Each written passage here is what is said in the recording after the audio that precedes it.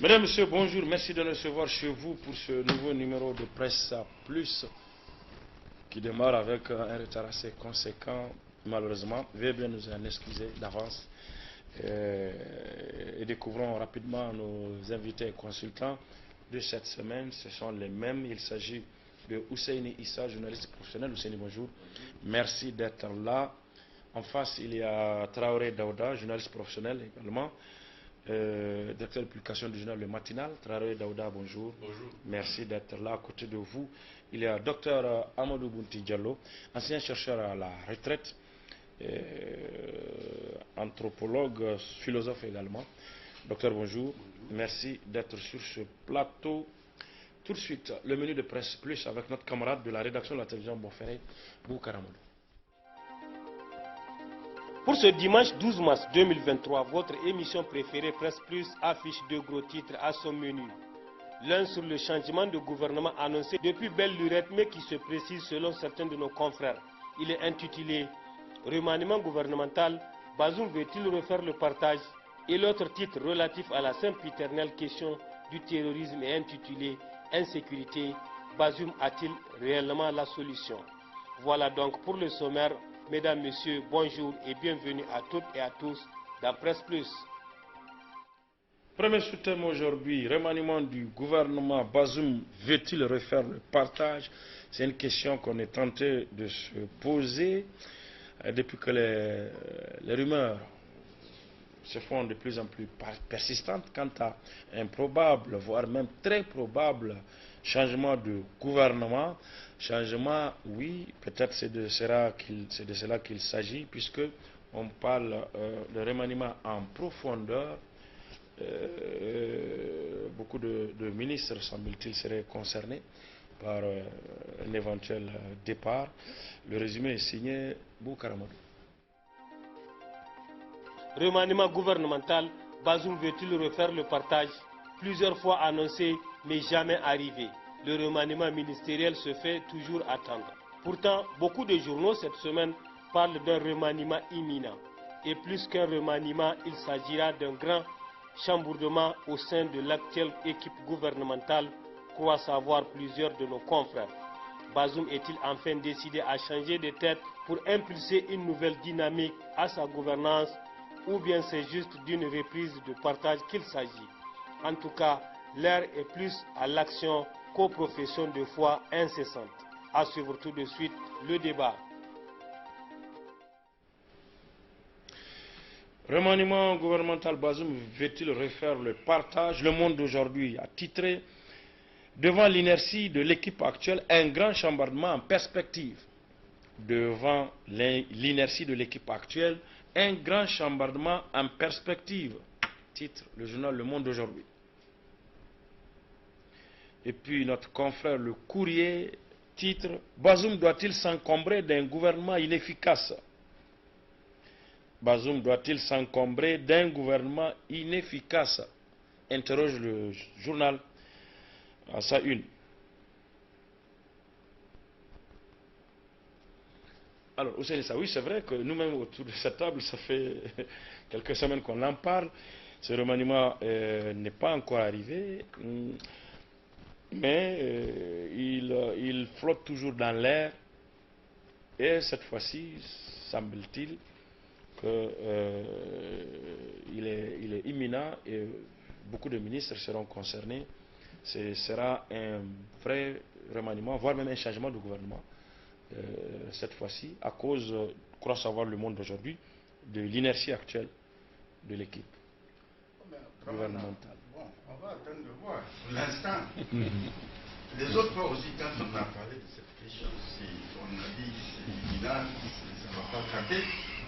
La dernière fois, je pense, avant cette fois, cette reprise-là, la dernière fois, c'était quand il était pour ses vacances à Pesquet. On avait laissé entendre que dès qu'il va rentrer, il va procéder à ça. Ça fait maintenant pratiquement 2 mois, nous sommes dans le 3e mois, on attend toujours de voir. Non, la dernière fois, c'était à l'issue du congrès du PNDS. On disait qu'après le congrès de décembre, là, oui. Il y aura un remaniement.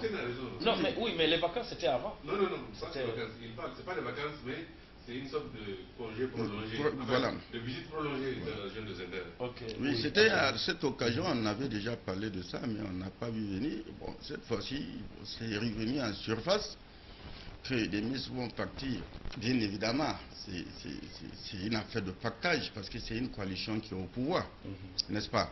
Et à chaque fois, quand c'est une coalition au pouvoir, c'est que les alliés vont envoyer les noms des personnes qui veulent voir figurer dans le gouvernement, n'est-ce pas? Ça a toujours fonctionné comme ça, depuis qu'on a commencé cette histoire de démocratie-là. Ça a toujours fonctionné comme ça. Maintenant, comment il peut se débarrasser quand souvent c'est même karma des présidents de partis qui sont dans le gouvernement. Je vois difficilement qu'on dise qu'ils puissent se remanier en profondeur, aller jusqu'à... Parce que si on doit regarder un peu dans les poubelles de pratiquement nombre de ministres, il y a beaucoup comment dirais-je, il y a beaucoup de déchets. Rien qu'à s'en tenir un peu au rapport de la Cour des comptes, n'est-ce pas? Il y a beaucoup qui ne doivent plus normalement être en place. Mais malheureusement, comme ça fonctionne, je l'ai dit tout à l'heure, ça va être une affaire de partage. Et c'est pas ça le plus important. C'est pas ça le plus important. Ici, c'est que il n'y a pas d'obligation de résultats au niveau des ministères. C'est-à-dire qu'il n'y a pas un cahier de charge où on va dire, voilà, avant de se fixer des objectifs. Par exemple, au niveau de tel département ministériel, on doit atteindre tel niveau de réalisation, on doit atteindre tel niveau de réalisation, n'est-ce pas? Mais tant qu'il n'y a pas ça, ça va toujours continuer à être la même chose. Moi, j'ai dit, c'est carrément le mode de gouvernance qu'il faut changer. Donc, pour c'est vous, pas même changer. Si remaniement il y a, c'est juste le partage qui sera un peu revu ou remodélé. Mais peut-être aussi, comment dire, le jeu de charge musicale, n'est-ce pas? Pratiquement, ça fait 10-12 ans, il y en a qui sont dans le gouvernement. 10-12 ans, peut-être qu'ils changent juste de poste. Alors, est-ce qu'on peut penser que pendant 10 ans, quelqu'un qui est resté 10 ans ou 12 ans, quelle efficacité il a? Même quand il va aller ailleurs, au niveau d'un autre département, ça va être toujours la routine. Il ne faut pas s'attendre à ce qu'il amène quelque chose de nouveau. Il n'y a pas d'initiative personnelle, rien. C'est toujours en lien avec un peu la déclaration de politique générale et puis le programme du président de la République. Il n'y a pas d'initiative personnelle en tant que telle. Et c'est ça qui fait que, bon, on tourne en rond. On ne sait pas où on va. On passe le temps à faire des discours, mais concrètement sur le terrain, il n'y a rien qui change. Alors, on va faire un remaniement. Pour faire un remaniement, pour faire venir d'autres personnes aussi autour de la table qui vont peut-être grappiller aussi un peu, et ainsi de suite.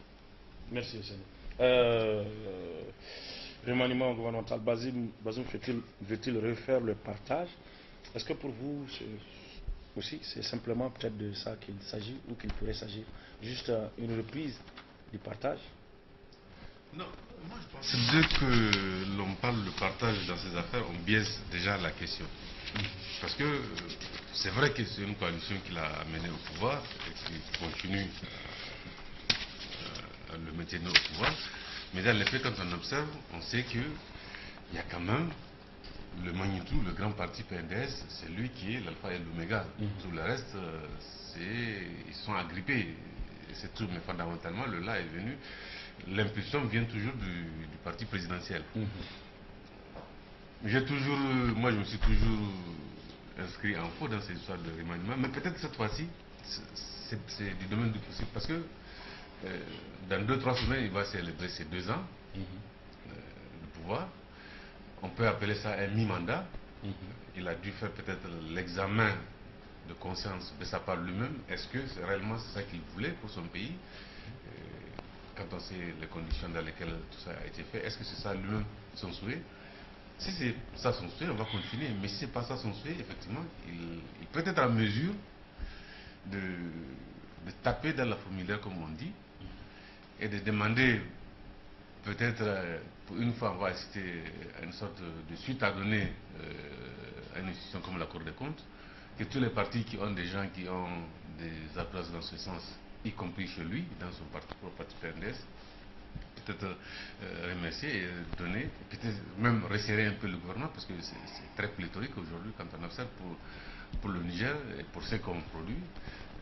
pense que le gouvernement est très politique. Peut-être ça peut être un début d'une nouvelle ère de ce règne. Je ne sais pas. Mais en tout cas, moi je ne pense pas qu'on faille parler de résultats. Vous allez tout de suite. On n'a pas amené des gens pour faire des résultats. C'est évident. Et quand vous observez, même la dernière fois que le Premier ministre a fait son bilan, le bilan était positif. Donc quand on ne change pas une équipe qui gagne, puisqu'il gagne, on n'a pas à les changer. Le problème est du tout. Donc, les objectifs sont en train d'être atteints. Donc, à mon sens, s'il y aura un remaniement, c'est peut-être un remaniement de mi-mandat. Il a observé lui-même qu'il y a des choses qui vont. Et ça permettra en ce moment, c'est le permettra peut-être de reprendre la main sur tout ce qu'on a dit, parce que dans 2 ans, on dit que c'est pas lui qui dirige. C'est quelque part ça se fait. Peut-être avec ces remaniements, si c'est vraiment on va sentir sa touche personnelle, on va voir ce que ça va se donner. Donc ça, vous en pensez quoi? Oui, moi je crois que c'est la énième fois que ça revient sur la table, cette histoire de remaniement-là. Mais moi je me dis que selon en tout cas des indiscrétions, lui-même Bazoum aurait dit dans un cercle privé qu'il n'est pas satisfait de l'équipe avec laquelle il travaille. Donc véritablement il lui faut quand même changer. Parce que depuis presque 2 ans, il est en train de brasser des slogans comme son prédécesseur. Rappelez-vous, on nous a dit qu'il y aura une croissance à 2 chiffres, que le Niger connaîtra la plus forte croissance de l'UEMOA, ainsi de suite. Mais à l'évidence, on se rend compte que rien ne bouge. Et dans certains secteurs, il y a même carrément une régression qui est notable. Et vous voyez, la vie est devenue de plus en plus chère. Hier ou avant-hier, j'ai vu qu'ils ont diminué 58 francs, je crois, sur le prix du gasoil à l'export. Parce que tout simplement, selon en tout cas les techniciens, le gasoil étant lié au gaz, les cuves sont pleines là-bas à la Soraz, au point où on ne peut plus sortir du gaz. Voilà. C'est vous dire un peu que si lui-même il reconnaît qu'il y a quelque part un échec, de la part en tout cas de l'équipe qui l'accompagne, il va falloir changer. Mais le problème fondamental, c'est que le partage là c'est inhérent, puisque on parle de démocratie représentative, oui, on donne des Marocains à chacun en fonction du prorata de député ou de conseiller qu'il a. C'est pas, moi de mon point de vue, ou peut-être du point de vue de beaucoup de Nigériens, c'est pas ce qui importe. C'est le fait de ramener dans des postes ministériels des personnages qui traînent des casseroles, qui sont notoirement affichés comme étant quelque part des gens qui ont commis des malversations souvent financières, qu'on les ramène dans les ministères ou à la tête des ministères. Moi je pense que c'est ça que les Nigériens ne voudraient pas voir, qu'il y ait partage où il n'y a aucun problème. Les gens, quand ils adhèrent au parti politique, il y a un qui l'a dit, c'est pas pour le là, c'est ici. Mais, sincèrement, et vous voyez que du point de vue administratif, qu'est-ce que les gens font? Le ministère ne fonctionne pas durant toute l'année. Hein. C'est-à-dire qu'à partir du moment où on sait que les crédits ont été débloqués, à partir de février-mars, là, les gens ont distribué les marchés, c'est fini. Certains ministres, peut-être, ne sont même pas tenus de venir au bureau. Tout simplement parce que nous sommes dans une logique ici, non seulement de partage de postes ministériels, mais de partage aussi de postes de direction, de postes au niveau des entreprises, mais aussi des marchés publics. Une fois que les marchés pour l'année ont été distribués, c'est fini. Même si le ministre vient au bureau, il ne sert plus à grand chose. Et vous voyez qu'actuellement, il y a un branle-bas de combat, simplement parce que les crédits de l'année ont été libérés. Depuis quelques 2 ou 3 semaines, les crédits étant libérés, maintenant, chacun cherche à récupérer son dû par rapport à des marchés qui lui ont été octroyés dans le passé. Donc, moi, je me dis que, sincèrement, si véritablement il veut donner, comment on appelle ça, sa propre empreinte, peut-être à l'action gouvernementale, il va falloir que lui-même désigne ses ministres ou qu'il demande aux partis, qu'il définisse des critères à partir desquels les partis vont lui fournir des noms. Écoutez, tant qu'une enquête de gendarmerie ou de police démontre que vous n'avez pas une bonne moralité, quel que soit votre poids dans votre parti, moi je considère que je ne peux pas vous amener dans mon équipe gouvernementale. Je pense que ça c'est un critère. Si vous êtes indexé par une enquête de moralité, je pense que vous n'avez pas votre place dans une équipe gouvernementale. Là où le problème va se poser, et M. de la Gratignière tout à l'heure l'a évoqué tout à l'heure, c'est au niveau des présidents des partis. C'est les présidents des partis qui sont généralement membres du gouvernement, parce que c'est eux qui s'autodésignent. Oui, mais c'est et quand c'est le président du parti, bon, comment il va se remplacer? Non, mais même là, à partir du moment où des critères sont définis, la plupart de ces présidents de parti-là, ils aussi dans des casseroles. Donc, à partir du moment où on définit des critères, écoute un tel, véritablement, moi, je ne peux pas te prendre là. Simplement parce que, vraiment, j'ai de nouvelles exigences, je ne peux pas te prendre. Fournis-moi un nom. Or, qu'est-ce qui se passe? Ce sera aussi un moyen pour le PND de concasser les autres partis. Voilà le problème. Parce que les gens se disent que si... Parce que les partis, non, ça, j'en suis conscient. Mais le problème, c'est qu'il va falloir quand même définir des critères. On ne peut pas amener tout le monde au gouvernement. Et il y a même une liste. Et l'autre condition aussi, il faut que ça marche aussi pour le PNDS. Il faut que ça soit pareil pour le PNDS. Non, ça dit qu'il y a... Ah oui, parce que les autres partis aussi observent. Si vous me dites d'amener quelqu'un qui ne traite pas de casserole, moi je veux bien. Mais il faut que... Non, au PNDS même, il va faire... aussi. Non, il veut véritablement avoir une même mise sur le parti. Il faut définir des critères. On ne vient pas dans un gouvernement comme ça. Il y a des critères. Si les gens ne remplissent pas ces critères-là, même s'ils sont du PNDS, vous ne les prenez pas. Voilà, moi je pense, hein. Voilà. Oui. Non, on le pense sur les plateaux, mais en s'il te plaît, il faut me laisser finir. Allez-y. Non, mais on pensait, en fait, moi je pensais que vous avez fini. Non, j'ai pas fini. Non, moi je considère que même si vous êtes du PNDS, quel que soit votre poids politique, vous n'êtes pas plus puissant que le président de la République. En principe. En principe. Oui. Si véritablement vous tenez des casseroles, on ne peut pas vous ramener au gouvernement. En principe. Voilà. Parce que le président de la République a d'abord un devoir de résultat, mais en plus c'est qu'il est censé être au-dessus des partis. Il n'est pas là au titre du parti, même si les gens cherchent à le phagocyter pour faire en sorte que l'État, qu'on ait un parti État, lui, il a intérêt, ou il est dans l'obligation de défendre l'intérêt général. Et l'intérêt général peut souvent ne pas coïncider avec l'intérêt du PNS. Dans ces conditions-là, moi je me dis qu'il faut d'abord définir des critères.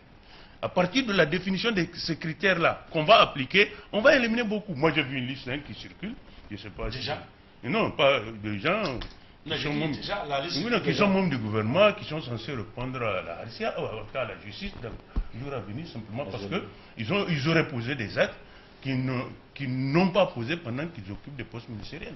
Donc c'est plus facile. Non, ça, pour eux, leur compte, c'est peut-être... Oui, vous voulez ajouter... Et parmi eux, il y a certains chefs de parti alliés. Voilà. Non, en fait, je voulais juste compléter ce que Bonti a dit.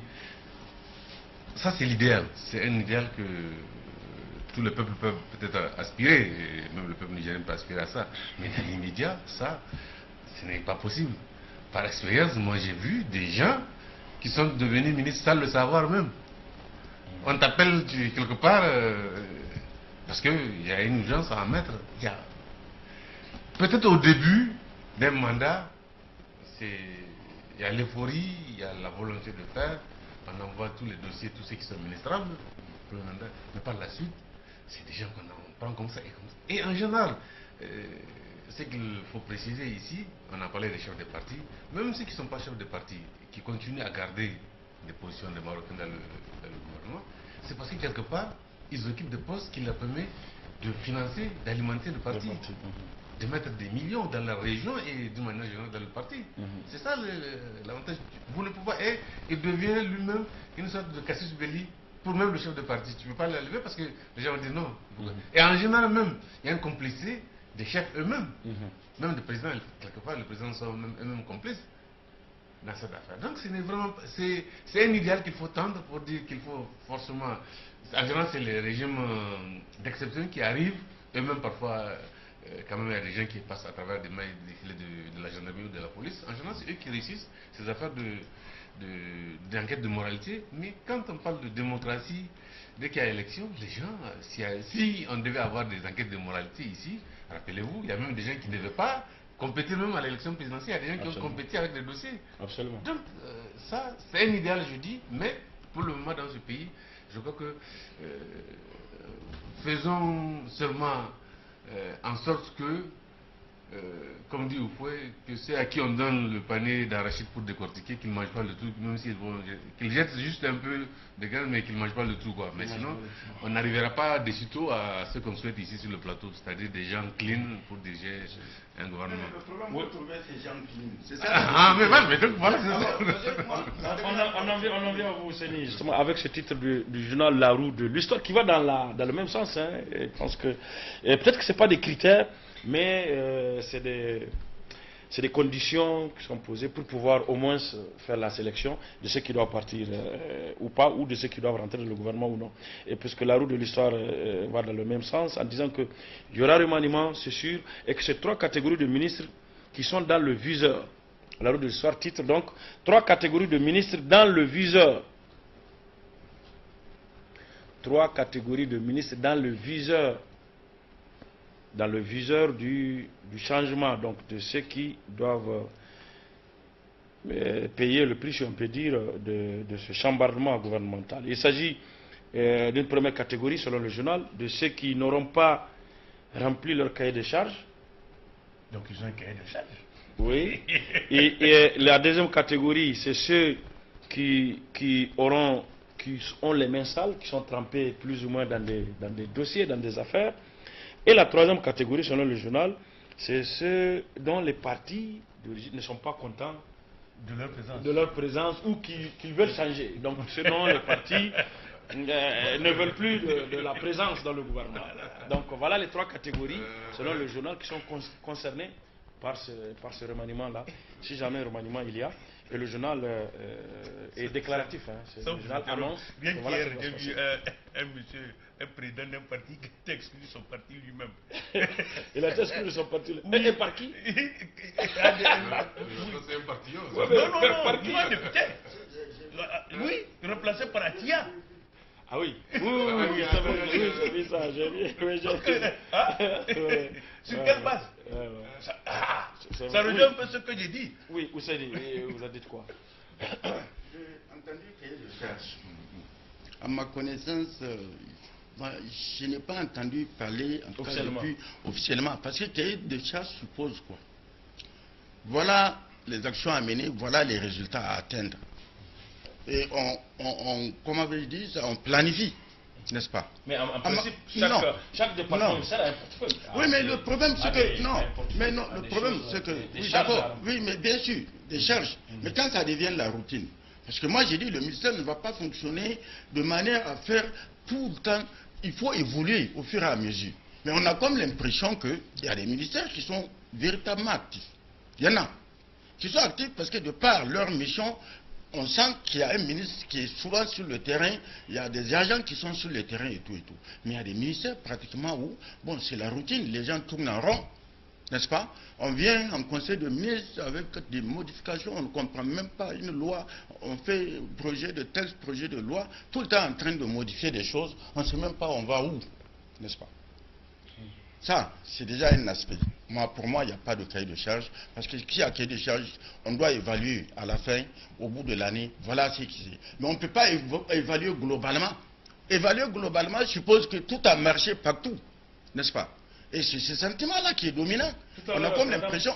Oui, le cas de mi-mandat. Lui, il peut considérer que bon, c'est peut-être même changement, c'est un changement de mi-mandat. Peut-être que c'est ça, peut-être que c'est la mi-mandat qui constitue l'évaluation. L'évaluation a été faite déjà l'année dernière. Bientôt, on va faire une autre évaluation. Bazoum va procéder à une évaluation de ces 2 ans de réalisation. N'est-ce pas? De ces 2 ans de réalisation, il va présenter quelque chose au peuple nigérien.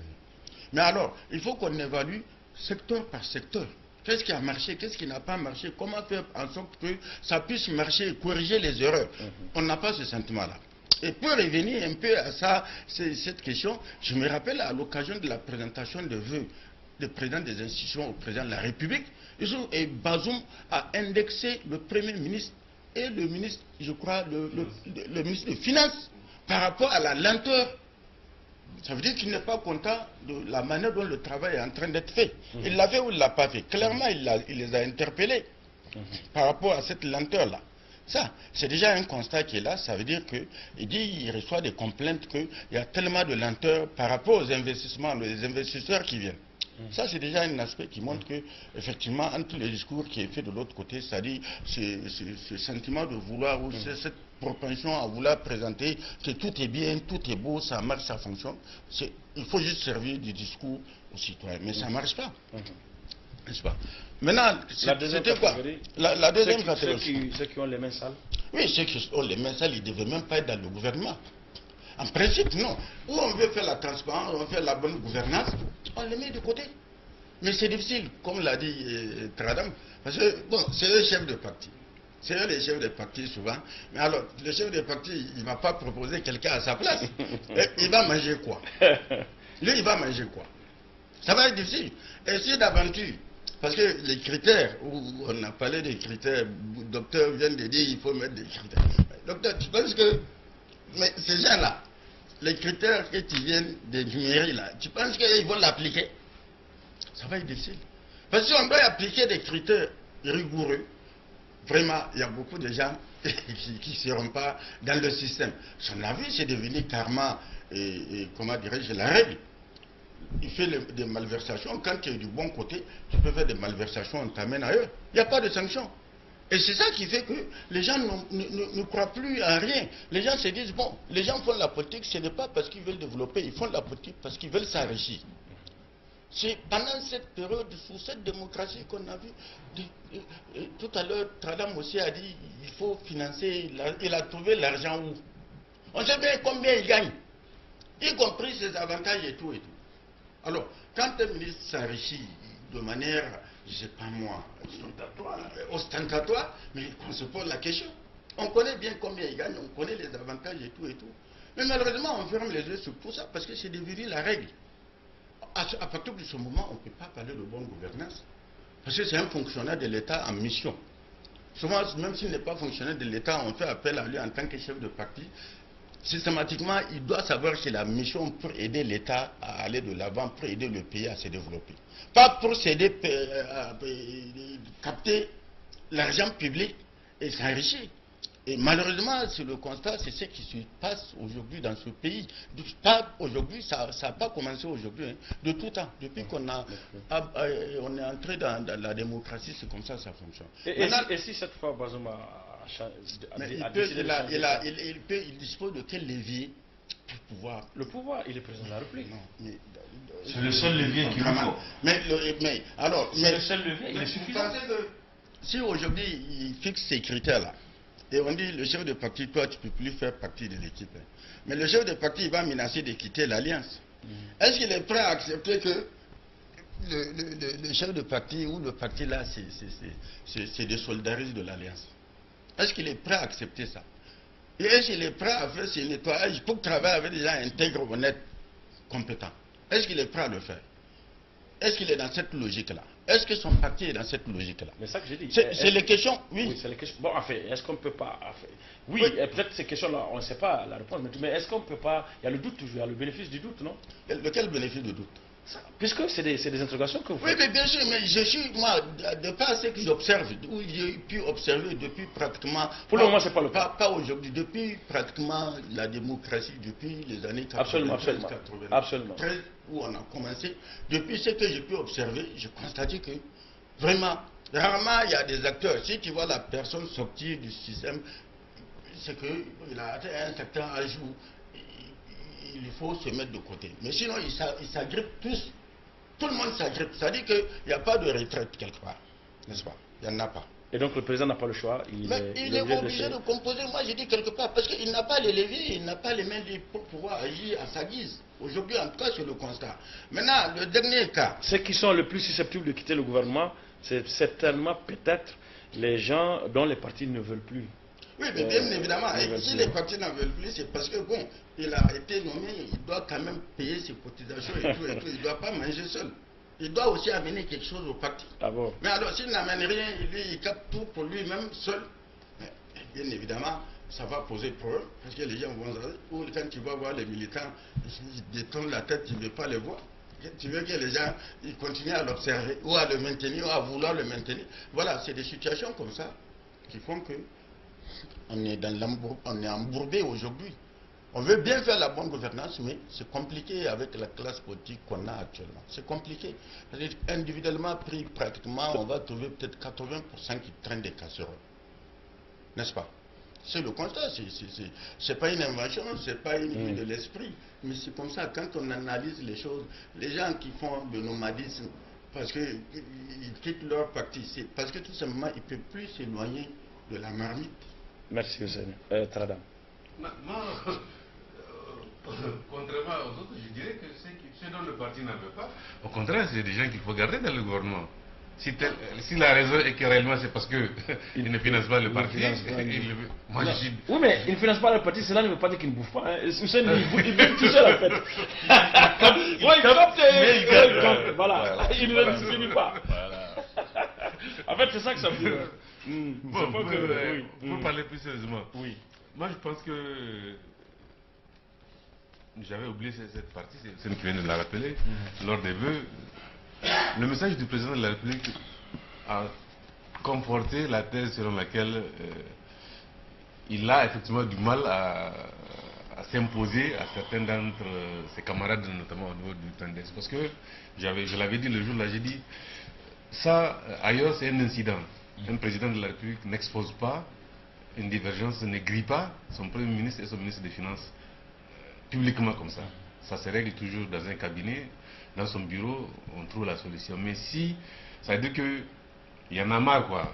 Il a parlé certainement, ça n'a pas suivi, et en plein public, il a décidé de le mettre face à la responsabilité qui est la leur, et se dédouaner, lui, vis-à-vis du public. Donc, ça veut dire... On rappelle que le président de la République, il a déjà fait avec le ministre des Enseignements supérieurs, public à l'université, quand il disait qu'il a ordonné que les enseignants soient recrutés depuis l'année, et jusqu'à présent le ministre est là, et ce recrutement n'a pas eu lieu, lui il ne sait pas pourquoi. Alors qu'il avait ordonné le recrutement, il a dit en public également. C'est ça, cette sincérité qui le joue de tour, comme beaucoup le disent. Un président de la République, il s'assume. Vous n'êtes pas en mesure de le faire, et je vous dégage, quel qu'en soit ce que cela va me coûter. Vous n'êtes pas seul dans votre parti, vous n'êtes pas le seul Nigérien à pouvoir le remplir. Même si vous êtes le grand financier ou bien le chef de votre parti, si mes instructions ne sont pas suivies, si elles peuvent ne pas être suivies, mais avec des explications qui sont convaincantes pour moi-même. Ou même si elles ne sont pas convaincantes pour moi, mais si dans l'ensemble je trouve qu'il y a des raisons, on peut ne pas les suivre. Le président de la République, c'est un humain, il peut se tromper. C'est évident. Mais si c'est juste par volonté de ne pas faire, là, il y a problème. Et c'est pourquoi je dis que ce remaniement, s'il y a, c'est vraiment un remaniement à mi-mandat. Il a permis d'avoir 2 ans, durant 2 ans, d'examiner. Parce que la chance que lui, il a, ce n'est pas un nouveau régime. Comme on a dit, c'est consolidé pour avancer. Il y a des actifs qui sont là, il y a des passifs. On consolide les actifs. Donc un ministre qui arrive, normalement, le travail n'est pas aussi laborieux. Il ne reprend pas. Il n'installe pas une nouvelle machine pour voir. Si vous avez remarqué, tous les ministres... Il vient déjà trouver quelque chose. Ils ont trouvé, il y a des fondamentaux qui sont assis, quand même, c'est juste pour continuer. Ce qui est différent de Youssouf, quand il est arrivé, il fallait d'abord réorganiser, installer des ministres qui ne connaissent pas. Donc, tu peux pas demander à un ministre, quelle qu'en soit son intelligence, dans un pays comme le nôtre, en 1 an, 2 ans, de te produire des résultats tangibles. Ça, c'est évident. Mais, lui, le cas Bazoum, c'est un cas exceptionnel. Il a trouvé des choses et il a dit qu'il va consolider pour avancer. Donc, logiquement, on ne devait pas sentir, enfin, pas qu'on ne devrait pas, c'est nous qui le sentons, parce qu'eux, ils disent que tout va bien. Donc, mais la population ne devait pas sentir ce flottement, cette hésitation, ce manque de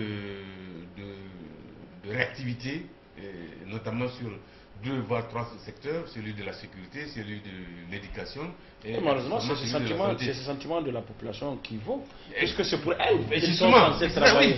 Si elle dit que c'est pas bien... Justement, c'est ça qui doit être le cas. Mais vous avez remarqué, malgré tout ce que la population dit, elle a pleuré la cherté de la vie, elle s'est égosillée sur beaucoup d'aspects. Mais quand le Premier ministre a choisi de sortir pour fermer le caca à tout le monde, il dit que tout va bien. Donc ça veut dire que quelque part, c'est pas pour la population. C'est pas pour la population. Puisque si on ne peut pas faire le bonheur de quelqu'un malgré lui, on dit. Donc la population dit qu'elle ne veut pas cette tendance, cette trajectoire qu'on a prise, elle n'est pas bonne, il faut la changer. Mais toi tu trouves que non, elle est bonne. Qu'est-ce que tu veux que les gens fassent? Donc c'est pourquoi je dis quelque part, c'est pas réellement une histoire de résultat de ceci ou de cela. Moi je pense qu'il y a un remaniement, c'est que le président a envie de changer d'air, de se donner pour une fois les pleins pouvoirs et démentir l'opinion qui pense qu'il ne peut pas faire certaines choses parce qu'il n'a pas le pouvoir. Il va démontrer que cette fois-ci il va le faire et puis il tape le poing sur la table et il fait. Mais en tous les cas, on est tous d'accord qu'il y a des catégories de ministres qui, si jamais cela devrait se passer, ne devraient plus se retrouver dans ce gouvernement. Non mais, en fait le problème, vous savez, ce qui est extraordinaire, c'est pas nous autres là, c'est pas l'opinion qui le juge. Le juge suprême, c'est le président de la République. Dans le cas que je connais très bien, c'est Youssouf. Vous avez beau dire, à l'époque c'était Youssouf, vous avez beau dire quelque chose sur quelqu'un, si lui n'est pas convaincu qu'il doit partir, il ne partira pas. Et c'est ça le problème. Peut-être avec Bazoum, les autres peuvent lui imposer des choses. Mais avec Youssouf, c'est lui qui décide qui doit partir, qui doit rester. Quel qu'en soit ce qu'on aura dit par ailleurs, c'est parce que la personne est bonne, parce que pour d'autres choses, lui, il a besoin de cette personne, elle va rester. C'est pas l'opinion qui compte. Nous sommes loin des pays où on pense qu'une opinion peut faire dégager un ministre. Nous sommes très loin de cette situation. En tout cas, au Niger, j'ai pas l'impression que les 12 dernières années, il y a des ministres, il y en a 3, il y en a 2 qui sont partis, mais pas parce que l'opinion a dit quelque chose. Parce que c'était plus fort que le président lui-même. C'est pourquoi ces 2 personnes étaient parties. Oui, mais c'était bon, Oumoudou et Kalla. Oui, je sais, mais bon, encore que là aussi, il a fallu que les gens dénoncent. Hein. Peut-être que si les gens étaient restés quoi. Oui, mais les gens ont dénoncé, ils ont beau dénoncer, il a fallu activer. Donc la clameur a fait que. Mais il a fallu la activer clameur, le oui, mais malgré tout, c'est oui. ça qui a fait partie. Mais aujourd'hui, quel est le système national qui Non, a enfin, le système national n'a pas été activé. C'était une menace, juste. Hein. On n'avait pas, pas demandé à la Cour constitutionnelle. Ah, mais non, c'était une menace. C'était une menace. C'était une menace. Donc, la clameur a fait qu'il a obtempéré. Ouais. Donc, mais aujourd'hui, quel est le système national que tu peux appuyer pour dire. On a dit la Cour de compte a fait un truc. On a trouvé même un moyen. La dernière fois, Dr Bokar disait qu'on a fait une loi. Je ne me souviens pas très bien de ce qu'elle disait. Que le rapport de la Cour, normalement, le procureur devait s'en saisir automatiquement. Enfin, oui, si que c'est une proposition de changement pour faire en sorte que. Enfin, c'est une proposition qu'il a faite. Pour que ça soit pris en compte, pour que ça serve à quelque chose. Oh, mais je crois que ça a été déjà acté. Bon, là, je ne suis pas sûr, mais je crois que c'est une proposition qu'il a faite. Que désormais, comme les rapports de la Halcia, les rapports de la Cour des comptes aussi, c'est vrai qu'ils sont adressés au président de la République et tout, mais ils doivent également faire l'objet de saisine par le procureur de façon impérative, quoi, que le procureur n'ait pas le choix dans ce genre de situation pour engager les poursuites si jamais des gens sont dénoncés. Oui, docteur. Non, moi pour une fois je suis embêté par l'attitude fataliste là, qui consiste à croire que rien ne va bouger parce que tout simplement on est en Afrique, voilà, on est au Niger, depuis 12 ans les choses se passent comme ça. Les choses peuvent changer et les choses vont même changer. Parce que qu'est-ce qui se passe? On est dans une situation où, dans beaucoup de secteurs aujourd'hui, c'est carrément, on est en zone rouge. L'insécurité aujourd'hui se rapproche de plus en plus de Niamey. Beaucoup peut-être, il y a 1, 2 ou 3 semaines, ne croyaient pas qu'on était aussi menacé que ça. Jusqu'à ce qu'il y ait eu cette attaque de Intamaré ou Intagarme. Donc, moi, je suis contre le pessimisme. Je pense que Bazoum a participé au système-là pendant une douzaine d'années. Il connaît les hommes. Je suis même surpris que dès au départ, il ait composé avec certains. Parce qu'il les connaît, il connaît leur background au niveau des pratiques mafieuses ou frauduleuses. Et donc, maintenant, dans un cercle restreint, lui-même a dit qu'il n'est pas satisfait de certains. Et vous-même, vous constatez que certains ministres, vous avez l'impression qu'en dehors du conseil des ministres, ils n'existent même pas. Moi, certains ministres, c'est juste au conseil des ministres là que je découvre qu'ils sont ministres. Et je ne suis sûrement pas le seul Nigérien à le faire. Donc, nécessairement, il faut que les choses changent. Aujourd'hui, vous voyez que le train de vie de l'État est tel qu'on ne peut pas continuer à ce rythme-là. Un ministre qui se promène dans une voiture de 110 millions dans un pays aussi pauvre que le Niger, moi je me dis, on doit pouvoir s'interroger. Les Tchadiens, ils ont les mêmes réalités que nous. Ils sont en période de transition. Mais ils ont décidé que, voilà un critère. À partir de tel chiffre, on n'achète plus de véhicules de l'administration. Mais vous voyez aujourd'hui des gens qui sont dans des véhicules blindés dans un pays comme le Niger. Oui, blindés. C'est minimum 110 millions. Est-ce qu'on va continuer avec ces gens-là? Simplement parce qu'ils sont en train d'abuser des biens publics de par la position stratégique qu'ils occupent. Moi, je me dis que nécessairement, il faut que Bazoum agisse. Et il va agir. Il est obligé d'agir. S'il n'agit pas, c'est tout le système qui va s'effondrer. Et arrivé à un certain niveau, quel que soit le niveau de corruption d'un système, à partir d'un certain moment, il faut arrêter la descente aux enfers. Et je pense que le remaniement qui pointe à l'horizon a pour but justement d'arrêter cette descente aux enfers-là, la descente aux enfers qui, d'une manière ou d'une autre, va conduire à la mort du système.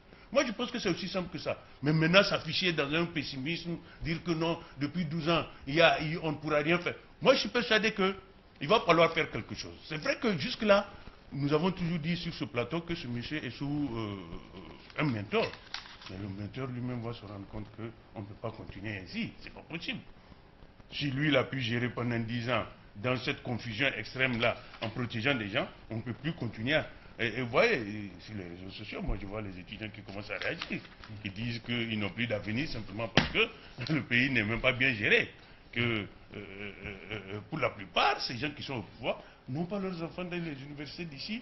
Et qu'est-ce qui va se passer? Ils les préparent à prendre la relève, ainsi de suite. Moi je me dis en tout cas que si remaniement il y a, ce remaniement, en tout cas peut être porteur de changement. Au moins, il ne s'agit pas simplement de changer de tête. Moi, je pense qu'il va falloir changer de pratique. Et il va falloir que lui-même, Bazoum, s'il n'est pas satisfait de son Premier ministre, s'il n'est pas satisfait de son Premier ministre des Finances, moi je pense que avant tout remaniement, les gens à qui il veut faire appel pour occuper les Marocains, il va falloir leur définir, en tout cas, un cahier de charge. Et leur faire comprendre que nous sommes en situation de guerre. L'État ne peut pas tout se permettre aujourd'hui. Je suis désolé. Sinon, qu'est-ce qui va se passer au lieu de tourner en rond? Et qu'est-ce qui va se passer à la longue? C'est que le système va s'effondrer. Et je ne pense pas que le but d'un président de la République, c'est de voir le système qu'il a amené au pouvoir s'effondrer. Moi, de mon point de vue, c'est comme ça que je vois un peu les choses. Bon, moi, je vais te répondre, docteur. Je dis, c'est le souhait de tout le monde. Vraiment, c'est le souhait de tous les Nigériens. C'est-à-dire, c'est la bonne gouvernance, c'est ça le souhait de tout le monde. Quand il y a la bonne gouvernance, ça va marcher pour tout le monde, n'est-ce pas? Mais malheureusement, quand on observe ce qui se passe, est-ce que tu as le sentiment que ces gens, ils ont conscience qu'on a atteint un niveau où ça ne peut plus continuer? Est-ce que parce qu'on a pris quelques gens dans le cadre de certaines malversations ou ceci, c'est la corruption, détournement, est-ce que tu penses que ça a mis fin? Est-ce que ça a servi d'exemple? Parce que ça devait être pédagogique. Mais on jette quelques-uns qu'on a ciblés, mais il y en a qui sont là, tranquillement assis, en tout cas tapis dans les arcanes. Tout le monde, ils sont au courant, ils se connaissent, n'est-ce pas? Mais quand tu dis il va se réveiller pour mettre de l'ordre un jour, moi je reste parce que tu dis il ne faut pas être pessimiste. Quand on voit les choses telles que ça se passe, on est obligé d'avoir... on n'est pas encore arrivé au stade de résignation totale, n'est-ce pas? Mais quand on voit comment les choses se passent, on se pose bien des questions. Est-ce qu'ils ont le sentiment que ça ne va pas? Tout à l'heure, c'est toi-même qui as dit, cherté de la vie, les gens crient tous les matins. Avant, j'ai entendu, ce n'est même pas des gens qui sont allés, des responsables qui sont allés tourner dans les marchés pour constater les prix. Le ministre du Commerce. C'est le ministre du Commerce, c'est une mission, une délégation du ministre du Commerce qui a fait... Pré-Ramadan. Oui, qui a fait le Et que tour les de- commerçants ont promis qu'ils ne vont pas augmenter. Ah, le ministre. Oui, n'est-ce pas? Et ils ont dit qu'ils sont satisfaits. C'est la démocratie. Parce que les commerçants ont pris l'engagement que quand le jeûne va arriver, le mois de Ramadan va arriver, ils ne vont pas augmenter. Et ils se sont félicités du fait qu'il y a eu cet engagement verbal mutuel. Quelle est la garantie que... Non, c'est pas vrai, c'est pas vrai. Moi, hier soir seulement, Bon. madame a fait le marché, mais lui, il a augmenté. Toutes les autres épices, ils ont augmenté tout. Bon, Parfois, alors, c'est docteur. 50%, voire 100%. Voilà. d'augmentation. Alors, docteur, C'est des augmentations quand souvent on veut assez calmer, importantes. quand on veut calmer ou satisfaire les gens avec de tels discours, comment veux-tu que les gens ne soient pas pessimistes? Parce qu'il y a beaucoup de choses qui ont été dites, il y a des engagements qui ont été pris par le passé. Et quand on constate aussi que pour eux, c'est comme ça que ça doit se faire, c'est comme ça. Et que les gens qui crient, Parce que le plus souvent, c'est ça qu'ils considèrent. Ceux qui dénoncent, ceux qui crient, ceux qui c'est des aigris, c'est des gens qui ne savent pas. Alors que 80-90% alors de la population sont aigris. Parce que les difficultés, c'est des difficultés qui assaillent les gens à la base. Ceux qui sont en haut, ceux qui sont dans les arcanes du système, eux, ils ne sentent pas ça. Tout à l'heure, tu parles d'un véhicule à 110 millions. Alors, ils ne sont pas au courant qu'on n'est pas dans un pays qui dispose de suffisamment de ressources pour acheter des véhicules à 110 millions donnés à une personne pour que la personne... Non, mais ils le savent. C'est eux, quand il s'agit d'augmenter les salaires, qui vont dire que le pays n'a pas assez de ressources. Le pays n'a pas de pour augmenter les ressources. Ou pour prendre en charge certaines dépenses sociales. Oui, que le pays n'a pas assez de moyens. On trouve qu'il n'y a pas suffisamment de ressources pour augmenter le SMIC. Alors, quand on remplit les cabinets avec des conseillers à ne rien faire, tout ça, je pense que ces gens, ils ont le sentiment que la gestion... Non, ils sont d'accord avec la façon dont la gestion est en train d'être faite. Voilà un peu la difficulté. Ils ne voient pas les mêmes réalités que nous autres qui sommes en bas. Pour eux, ça marche pour tout le monde. Et il y en a qui ont l'habitude de le dire. Il y en a qui ont l'habitude de le dire. Quand on parle de cherté de la vie et autres, mais eux, ils ne peuvent pas sentir la cherté de la vie. Et c'est par rapport à ces éléments de détail-là, docteur, que... Au moment où le prix du gasoil, le litre du gasoil a augmenté, certains ont dit que bon, si vous ne pouvez pas acheter ça à ce prix-là, donc vous arrêtez de consommer du gasoil, c'est tout. Aujourd'hui, à l'espoir, et avant-hier, quand le prix du Hajj est allé à 3 600 000, les gens ont dit que bon, on n'est pas obligé d'aller au Hajj. C'est pas obligé, si tu n'as pas les moyens, donc tu ne vas pas. Puisque Dieu même a dit que c'est pour les gens qui ont les moyens. Si tu n'as pas les moyens, donc ne va pas. Donc les gens ne doivent pas se plaindre que... En Côte d'Ivoire, c'est à 2 126 000. Oui, mais sauf qu'on nous a rétorqué qu'en Côte d'Ivoire, c'est l'État qui subventionne le Hajj. Comme si ici, c'était impossible. Pourquoi, docteur, 3 millions, oui, 3 millions, si c'est à ce coût-là, oui, c'est bon. Même 10 personnes. Oui, moi, 3 600 000, 3 600 000. Mais bon, je vais dire, bon, quand on a dit 3 600 000, il y en a qui peuvent amener jusqu'à 10 personnes. Mais regarde, Dieu n'accepte pas. L'argent volé là, est-ce que ça a de l'autre? Oui, trop bien. Honnêtement, moi je pense que le problème qu'on a ici, c'est que nos hommes politiques, ils sont des hommes politiques. Il n'y a pas véritablement d'hommes d'État. Parce que, je prends un simple exemple. Regardez aujourd'hui la ville de Niamey. Regardez notamment passer vers le grand marché. Les investissements qui ont été faits à coût de milliards, les gens les ont envahis. Il y a une note du ministère de l'Intérieur, du cabinet du Premier ministre d'ailleurs, qui instruisait qui à son tour a écrit au président du conseil de ville pour mettre de l'ordre sur les artères. Les terres-pleines sont envahies, les places publiques. Les places publiques, tout le monde. Mais personne ne peut le faire parce que les gens pensent aux élections futures. Ce sont nos militants, on ne va pas les dégager, ça va créer des problèmes. Or, c'est que les gens ne savent pas. Mais une note est sortie pour fixer les amendes, les amendes et les poursuites possibles en cas d'occupation anarchique. Mais cette note, elle existe. Oui, bon, cette note, elle a été actualisée, et semble-t-il qu'elle va être mise en œuvre incessamment. C'est le mot. Et c'est ça qui est toujours là. Il y a une période d'observation, de sensibilisation. Avant l'application de la loi sévère. Oui, c'est ça qui a été dit. Une loi, elle est là, elle est de portée générale, elle est là, c'est une vieille loi. Donc vous voyez, les gens pensent que nous... Or, en réalité, comme j'ai toujours dit sur ce plateau, que quel est le peuple qui ne va pas apprécier un dirigeant qui lui fasse un bon boulot, qui nettoie la ville de Niamey, où tu es à l'aise pour circuler. Quel est ce peuple qui ne va pas voter? Je ne le vois pas. Les gens se font des fixations sur des choses qui n'existent pas. Le peuple nigérien n'est pas différent des autres. On a besoin d'avoir de l'éclaircie dans la circulation, de la lumière dans la ville de Niamey, que tu rentres au marché sans anicroche, tu vas où tu veux, tu sors tranquillement, sans te faire agresser. C'est ça que la population urbaine, c'est de ça qu'ils ont besoin. Mais quand aujourd'hui, à certains moments, tu n'as même pas envie d'aller au grand marché ou au petit marché, ou l'autre marché, le petit marché n'existe pas, l'autre côté du marché. Donc, c'est le problème. Les gens ne se retrouvent plus dans la ville. Et ajouter, aujourd'hui, les gens font des calculs. Bon, tu as parlé du coût du gasoil. Quand même l'essence, si tu sais que en allant, rien que le go-slow que tu vas observer, ça va te consommer, tu préfères ne pas y aller. Tu prends peut-être même un taxi, c'est plus confortable. Avec un taxi, au moins, tu descends, tac, tac, tu repars un autre taxi, tu reviens.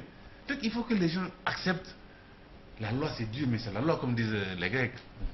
Donc il faut qu'on l'applique dans toute sa rigueur quand il s'agit d'un intérêt général.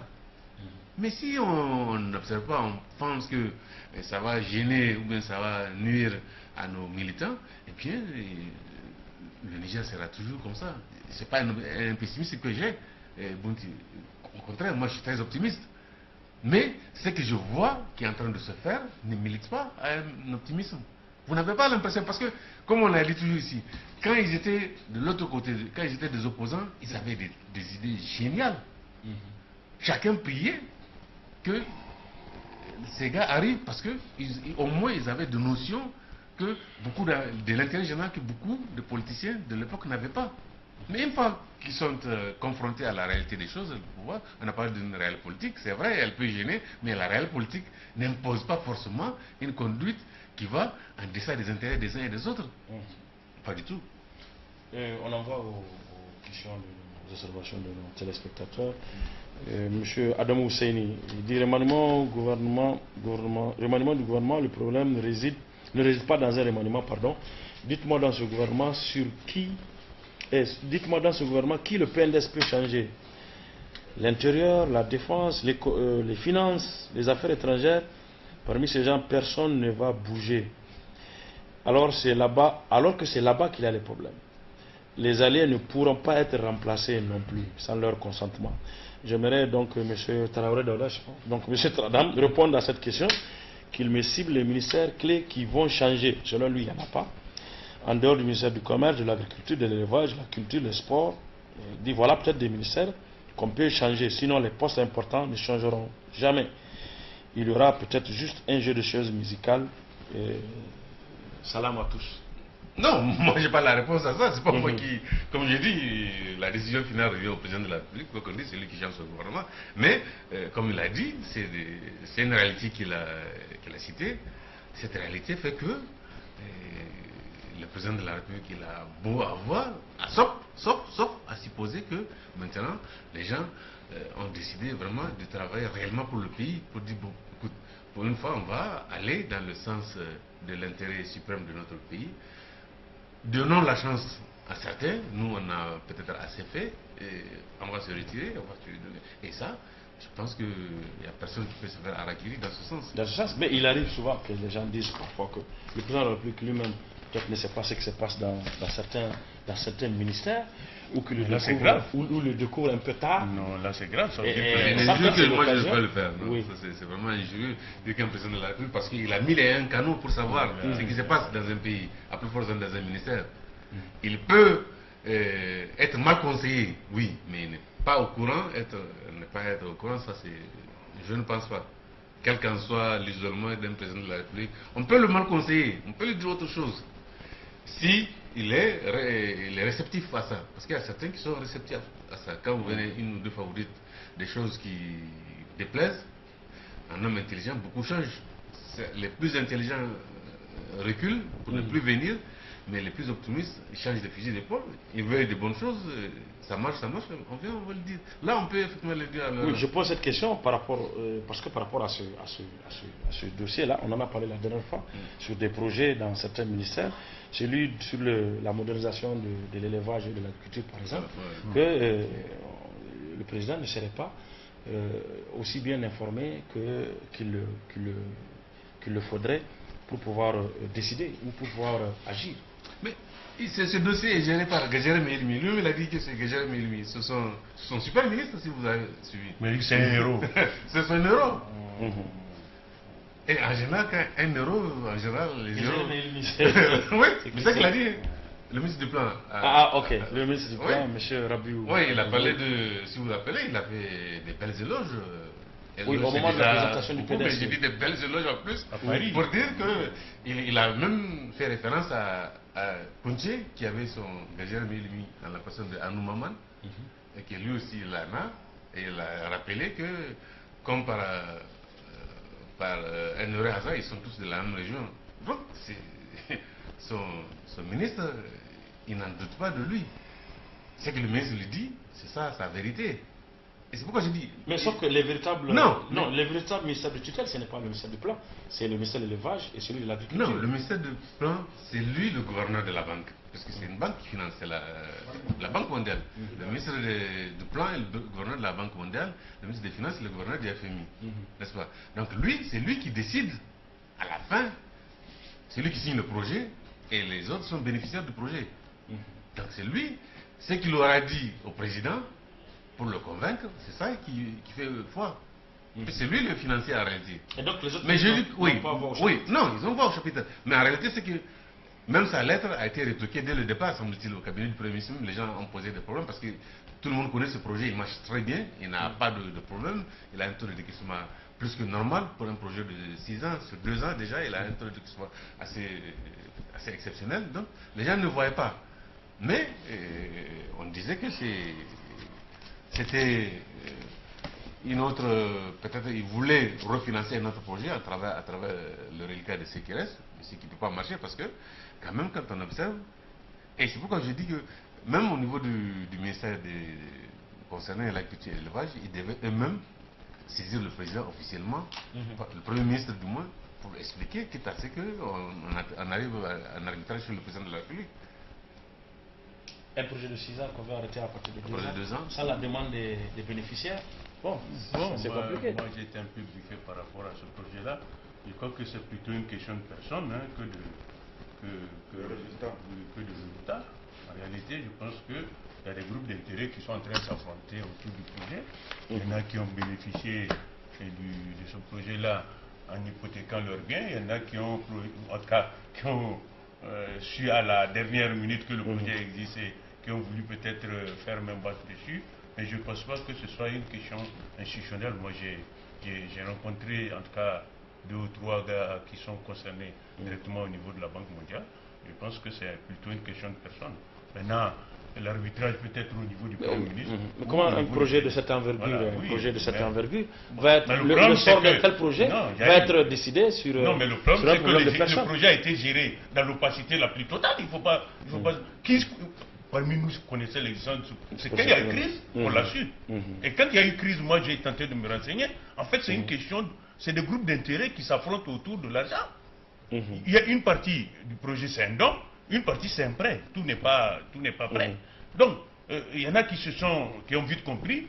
Ils ont créé une mafia autour de cela. Et aujourd'hui, peut-être que le second groupe-là veut casser cette mafia-là pour prendre sa place. Moi, c'est comme ça que j'ai compris. Mais dans tous les cas, il faut un arbitrage du président de la République ou du Premier ministre. Mais c'est déjà adapté, c'est fini. Le projet va permettre le 31 mars, là, il n'y aura plus que maintenant, c'est terminé. Mais non, mais parce que je crois que c'est le délai, c'est à partir. Parce que déjà, il a écrit la lettre. Comment dire, de fermeture, de clôture prématurée, par anticipation. C'est déjà acté au niveau, comment dire, là. Je pense que c'est fini. Mais moi, ça montre un peu comment on gère au pif. N'est-ce pas? Parce que normalement, des choses comme ça, ça devait faire l'objet d'une rencontre avec tous les acteurs concernés par l'affaire. Mais c'est pas un ministre, aussi puissant soit-il, qui va prendre son acte, un acte pour décider sur la base, parce que j'ai suivi un peu les déclarations, ou du moins les explications qui ont été données par les concernés directement, quoi, les responsables du projet. C'était une évaluation un peu à mi-parcours, n'est-ce pas? C'était une évaluation où il n'y a même pas eu des remarques graves par rapport au fonctionnement qu'il a été décidé de fermer. Et eux-mêmes, ça les a surpris. Parce que tout à l'heure, Tradam vient de dire, c'est un projet qui arrive quand même à mettre des choses en place rapidement et tout. Tout le monde, il y avait le jour, ils avaient fait leur déclaration, ils avaient mobilisé même certains bénéficiaires, les paysans et tout, pour montrer que, bon, on ne sait pas c'est quoi qui est derrière. Peut-être un projet, si ça ne marche pas, peut-être que c'est justement c'est aux bénéficiaires qu'il faut demander. C'est à eux qu'il faut demander. Même ça, parce que un ministre, en tout cas, à ma connaissance, un ministre, quelle qu'en soit sa puissance, entre guillemets, il ne peut pas décider unilatéralement de se soit un projet ou d'annuler un projet. En tout cas, il motive une demande auprès du cabinet du Premier ministre pour dire voilà. Et le Premier ministre, aussi, il est autorisé, il peut le faire. Rappelez-vous le cas du projet Suède. Quand ça allait dans tous les sens, son domaine d'attache, c'était le ministère de la Population à l'époque. Mais pour voir un peu plus clair, puisqu'il y avait beaucoup d'intérêts qui tournaient autour, le Premier ministre a détaché ça pour l'amener directement au cabinet du Premier ministre. Le temps de voir clair. À son cabinet, oui. Et 6 mois après, on a trouvé la solution pour le renvoyer au ministère de la Santé, parce qu'on pense que c'est là que ça peut. Donc, un projet, normalement, on ne peut pas, parce que quand même, comme Mouti l'a dit, une partie c'est un don, une partie c'est un crédit, mais on ne peut pas laisser un don, parce que simplement, il y a des intérêts, des groupes d'intérêts qui ne s'entendent pas, si c'est le cas. On peut prendre des mesures conservatoires, à partir de ce moment, c'est telle enseigne, telle tutelle qui va donner le temps de voir un peu plus clair. Vous savez, moi, ce que je connais un peu des projets, je n'ai pas géré de projet, mais ce que j'en connais, c'est que j'ai trouvé même suspect la manière dont les décaissements ont lieu. Parce que j'ai assisté à beaucoup de réunions où, justement, on reproche au Niger la lenteur dans le demande de décaissement. Un projet, normalement, c'est 5 ans. Généralement, le Niger commence à demander les décaissements, souvent, plus d'1 an ou 2 ans après le début du projet. Je suis surpris qu'au bout de 2 ans, il y ait, je ne sais pas combien de pourcents, je crois autour de 41 du montant débloqué. Moi, en tout cas, j'ai trouvé... Ça, c'est la consommation des crédits. Hein, oui, moi, j'ai trouvé ça d'abord crédits. suspect. J'ai demandé, en tout cas, à des gens de la Banque mondiale, cette affaire-là, je pense qu'il faut un arbitrage. Il faut d'abord auditer le projet par un audit totalement indépendant qui n'a rien à voir avec les groupes d'intérêt qui s'affrontent là. À partir de ce résultat-là, maintenant, il faut peut-être réorienter le projet, mais le fermer au bout de 2 ans. Je pense que même la Banque mondiale ne nous prendrait. Non, la Banque mondiale ne nous prendrait pas au sérieux. Ça veut dire que, parce que les gens de la Banque mondiale disent, et ils le savent, la Banque africaine de développement, on sait que les gens gèrent mal les projets, mais vous allez nous rembourser. Nous n'entrons pas dans les détails de la gestion de ces projets-là. Ça ne nous concerne pas. Nous, l'essentiel, c'est que vous allez nous rembourser. Souvent, nous savons que vous montez même les projets à des fins de petits groupes. Mais nous savons que vous utilisez ces crédits-là à des fins, en tout cas, subjectives. Et ça, c'est votre problème. Nous, il y a un moratoire. À partir de ce moment-là, il faut commencer à nous rembourser. Maintenant, donc, moi, je me dis que, comme il s'agit de l'argent que le Niger a emprunté, il faudrait qu'il y ait un arbitrage qui mette d'accord tout le monde. Il faut d'abord un audit Pimela là, un audit totalement indépendant. Après, quand on va découvrir qu'il y a des insuffisances, on va les corriger et on relance le projet. Mais le ministre là, il a beau être machin, il ne peut pas arrêter le projet comme ça. S'il l'arrête, c'est que la Banque mondiale ne nous prendrait plus jamais au sérieux. Moi, c'est ce que je me dis. Donc, il s'agit pour le Premier ministre. Et vous avez vu, quand tout à l'heure je vous disais que souvent les gens prennent. Mais le cabinet du Premier ministre même a écrit pour dire que Niamey ne ressemble pas à une capitale. Donc ça veut dire qu'il y a souvent il y a des prises de conscience que Niamey ne ressemble même pas à une capitale, et qu'il va falloir prendre un certain nombre de dispositions pour que voilà. Donc, moi je me dis que sincèrement, je ne suis pas pessimiste. Je suis optimiste. Oui. Alors, pessimiste ou optimiste, on va finir avec cette une du Canard en furie qui pose une interrogation, juste 30 secondes chacun, et on passe au second thème sous-thème de presse aujourd'hui. Le Canard en furie, titre 2e anniversaire, la présidence Bazoum, se dirige-t-on vers un second exercice nul consécutif? Se dirige-t-on vers un 2e exercice nul consécutif? Vous avez dit ça? Bon, moi, je ne parlais pas de nul. Nul suppose qu'il n'y a rien. C'est 2 sur 20. Non, moi, je ne veux pas aller jusqu'à cette non. Il y a eu des choses. Il y a eu des choses qui ont été, c'est indéniable, n'est-ce pas? Maintenant, c'est que le problème, c'est un peu la progression, la rapidité ou la lenteur qu'on constate. Et la non-visibilité, parce qu'on a comme l'impression qu'il y a plus de discours, n'est-ce pas? Plus de discours laudateurs, plus de projections. Mais on a connu les projections depuis 2012 jusqu'ici. Parce que quand on devait tenir compte d'un certain nombre de choses, n'est-ce pas? Plus de discours que d'actes. Plus de discours que d'actes. On a fait des choses, on a dit, voilà, par exemple, 2500 classes chaque année. Au bout du compte, il y a toujours les 36 000 classes qu'on a traînées. Et on est encore dans ce schéma, en parotte. Le même schéma, ou du moins on est en train de dupliquer quelque part. D'accord, physiquement on a lancé 2300 et quelques classes dispatchées. Ça fait du bruit, ça fait jaser. Sur 36 000 classes, il y a un projet, le seul financé par l'État, 2300 et quelques classes, et tout le monde acclame. on est 2 ans de mandat. L'année prochaine, ça va être la 3e année. Vous savez bien qu'à partir de la 4e année, 5e année, il n'y a plus de travail. Ça veut dire que chacun abandonne. C'est la campagne qui va reprendre. Et à ce moment, on ne comptabilise même pas l'année là, finalement. C'est pour ça que je me dis que... L'année 5, je n'ai pas comptabilisé. Oui, on a désormais même des classes digitales. Oui, mais alors, cette histoire... Mais là c'est 50 millions la classe, hein, ce n'est pas... C'est des conteneurs modifiés ici à la zone digitale. 50 millions la classe. Moi, mon problème, ce n'est même pas en fait...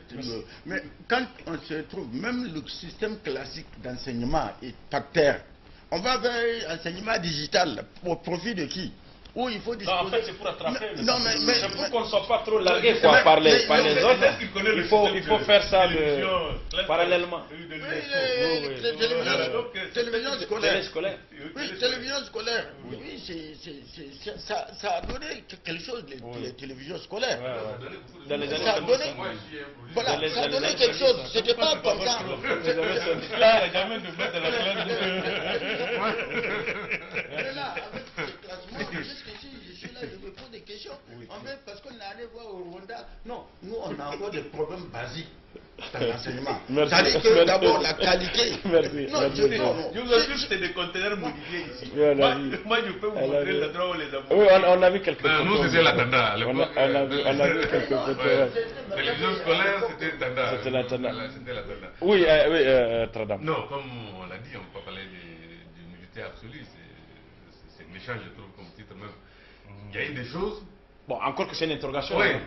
Encore que c'est une interrogation que les gens posent. Oui. Chacun de voir. Voilà. Il y a eu des choses, c'est vrai, peut-être pas à la satisfaction générale. Mais moi, là où je crois que les Nigériens ne lui pardonnent pas, c'est dans son domaine par excellence, l'enseignement. C'est là où le problème. Parce que, logiquement, vous avez vu dès les premières heures, après l'installation du gouvernement, avant même la DPG, elle avait déjà rencontré tout le corps enseignant, les syndicats, pour savoir. Mais malheureusement, ça n'a pas été suivi de fait. C'est vrai que par après, il y a eu les internats des jeunes filles, ce projet qu'il a lancé pour pouvoir garder les jeunes filles à l'école.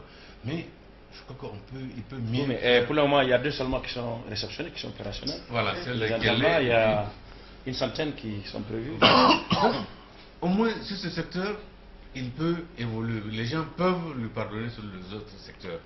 C'est le secteur de la sécurité, on a vu, comme il dit, il fait de son mieux pour pouvoir faire face. Il y a un semblant de sécurité effectivement qu'on vit, même si c'est un semblant comme on le dit. Même la sécurité urbaine commence à prendre des proportions. Oui, des proportions, mais ça j'ai dit, non, c'est la grande sécurité. On finit rapidement.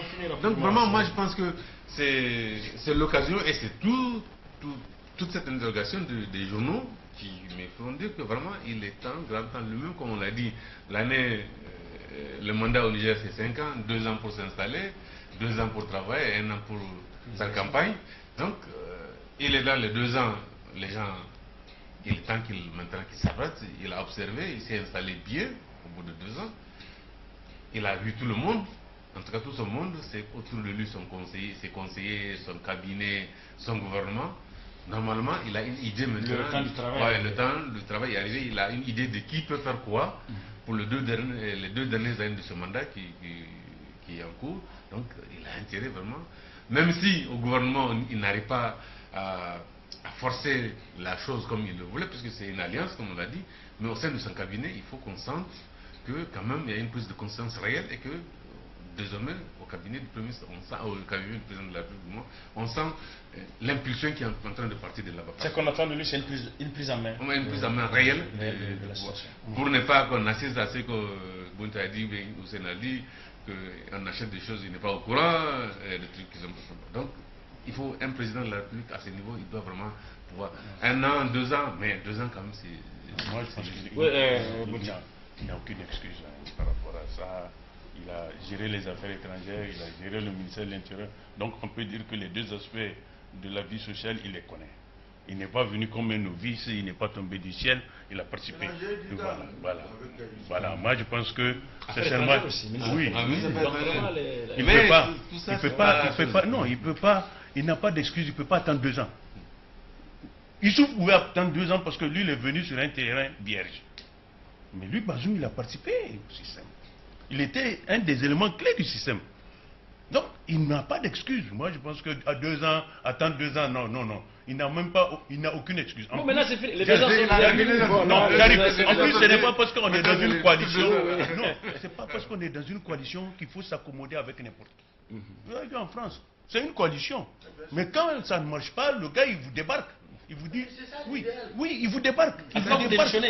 Si vous n'êtes pas capable, il vous débarque. Non, non, non, non. C'est-à-dire, moi, je ne veux pas qu'on nous fasse croire qu'il y a des super ministres qui sont au-dessus du président de la République. Non, c'est parce que nous intériorisons cela que, justement, nous acceptons que les ministres fassent n'importe quoi. Si un ministre sait qu'il est dans un gouvernement, il a un devoir de résultat, il va devenir tout petit devant le président de la République. Mais si nous nous mettons en tête que non, parce qu'il appartient à un parti politique qui participe à la gestion de l'État, le président ne peut rien lui dire, mais dans ces conditions, le président n'a qu'à démissionner. Moi, je me dis, en tout cas, la seule chose qu'on lui a reproché, c'est de s'être mis sous le mentorat de Youssoufou. Mais croire qu'il y a des ministres qui ne peuvent pas toucher un ministre, il commet des impairs, tu le dégages. Moi, je vous dis, il y a une liste qui... Non, il y a une liste qui circule. Et ces gens-là, j'arrive, non, j'arrive. Il y a une liste qui circule. Ces gens-là vont répondre de leur préfecture. Il n'y a rien à faire. Parce que la procédure est déjà enclenchée. On ne peut pas l'arrêter. Et la liste là, elle dit quoi? Elle dit que, en tout cas, il y a certains gueulards parce qu'ils traînent des casseroles. Non, vous dites. S'il te plaît. C'est pas un débat entre toi et moi. Voilà, c'est pas un débat entre toi et moi. N'est pas cette habitude. N'est pas cette habitude. Quand tu parles, tu as dit une chose. Moi, je ne veux pas que je ne t'ai jamais interrompu. Non, c'est un devoir pour moi, c'est un droit de rebondir si j'ai quelque chose à ajouter. Oui, d'accord. Pour le moment, tu n'as pas la police de... Non, c'est pas une question de police. C'est bien, on continue. Non, ne t'approche pas d'une histoire de police. C'est pas une police de débat. Tu as dit quelque chose qui m'a intéressé. En fait, au début, quand j'ai lancé cette interrogation, c'était 30 secondes. En fait, je voulais que ça aille vite. Et là, si non, il a dit une liste. Il finit d'abord. La liste, elle dit quoi? La liste dit qu'il y a des gens qui vont bientôt être devant la justice. Bon, oui, mais bon, ça c'est on imagine. Et des gens que vous ne pouvez pas imaginer, que vous croyez intouchables. Voilà, je ne vais pas donner des noms. Et la liste, elle est réelle? Elle est plus que réelle. Parce qu'il y en a qui ont commencé déjà à faire leur carton. Voilà. Oui, bon, ok, on y va. Vraiment, vous, c'est mon de 30 secondes. Oui, Kouncha a dit, pour attraper quelqu'un, tu n'as pas besoin de crier, lancer une liste pour dire que tu vas l'attraper. Dès lors que tu dis que tu vas l'attraper, tu vas jamais l'attraper. Tu vas attraper quelqu'un, tu vas l'attraper directement. On n'a pas besoin d'une liste. La meilleure manière justement d'étouffer un problème au Niger, comme dit... Oui, mais sauf que Kouncha, c'était pas la démocratie. Oui, non, oui. Là, c'est la démocratie.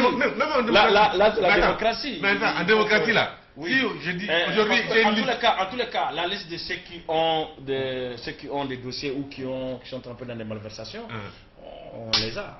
Oui, on connaît. Mais on connaît. Mais est-ce que ça bouge? Est-ce que ça bouge? Non, mais ça j'ai dit. Parce que dès lors que tu sais, la meilleure manière de tout faire une affaire, c'est de créer une commission ou une sorte de liste. Parce que tu as la possibilité d'aller voir qui que tu veux. Le président. Si on dit Youssouf, c'est lui qui fait Alpha et Omega, tu vas aller voir Youssouf. Si on ne peut pas arrêter l'affaire, on va différer. Merci. On va différer jusqu'à ce que ça ait. Si on a une liste, on attrape les gens, ça ne sort pas du cadre. Mais dès lors que le public, c'est... Bon, en tous les cas, on continue. La présence ou l'existence de cette liste ne gâte rien. Moi, de mon point de vue, c'est peut-être même... si ça doit empêcher à certains de dormir, c'est déjà bien. Même si on ne va pas les attraper. Au moins, s'ils ont fait quelques jours, ils n'ont pas dormi. Puisqu'on ne peut rien leur faire en tout cas dans tous les cas. Non, ça là, c'est pas le le moindre président qui mal. a établi la liste. On a Il y a une compris. liste parce que la Halcia a demandé qu'un certain nombre de personnalités répondent. Oui. Voilà. Donc voilà pour l'origine de la liste. Voilà. C'est pas le président qui a établi. Maintenant, le président ne peut pas être un obstacle à l'application quand même de la loi. Et il ne peut pas ignorer la liste. Voilà, la liste est réelle. Et ceux qui sont concernés savent qu'elle est réelle. Et les faits qu'on leur reproche sont des faits réels qui n'ont rien à voir avec les postes qu'ils occupent actuellement. Voilà. On verra donc comment les choses vont évoluer. Inch'Allah, et on espère que ça évoluera dans le bon sens. En tout cas, dans le sens attendu par la majorité des Nigériens. Dans le sens de l'intérêt général. Dans le sens de l'intérêt général. Donc voilà, la majorité des Nigériens. Deuxième sous-thème, un thème tout aussi important que le premier. On va utiliser le temps qui nous reste pour en parler. Il s'agit de l'insécurité. Insécurité, Bazoum a-t-il réellement la solution? Là également, c'est une interrogation. Le résumé avec Boubacar Amadou.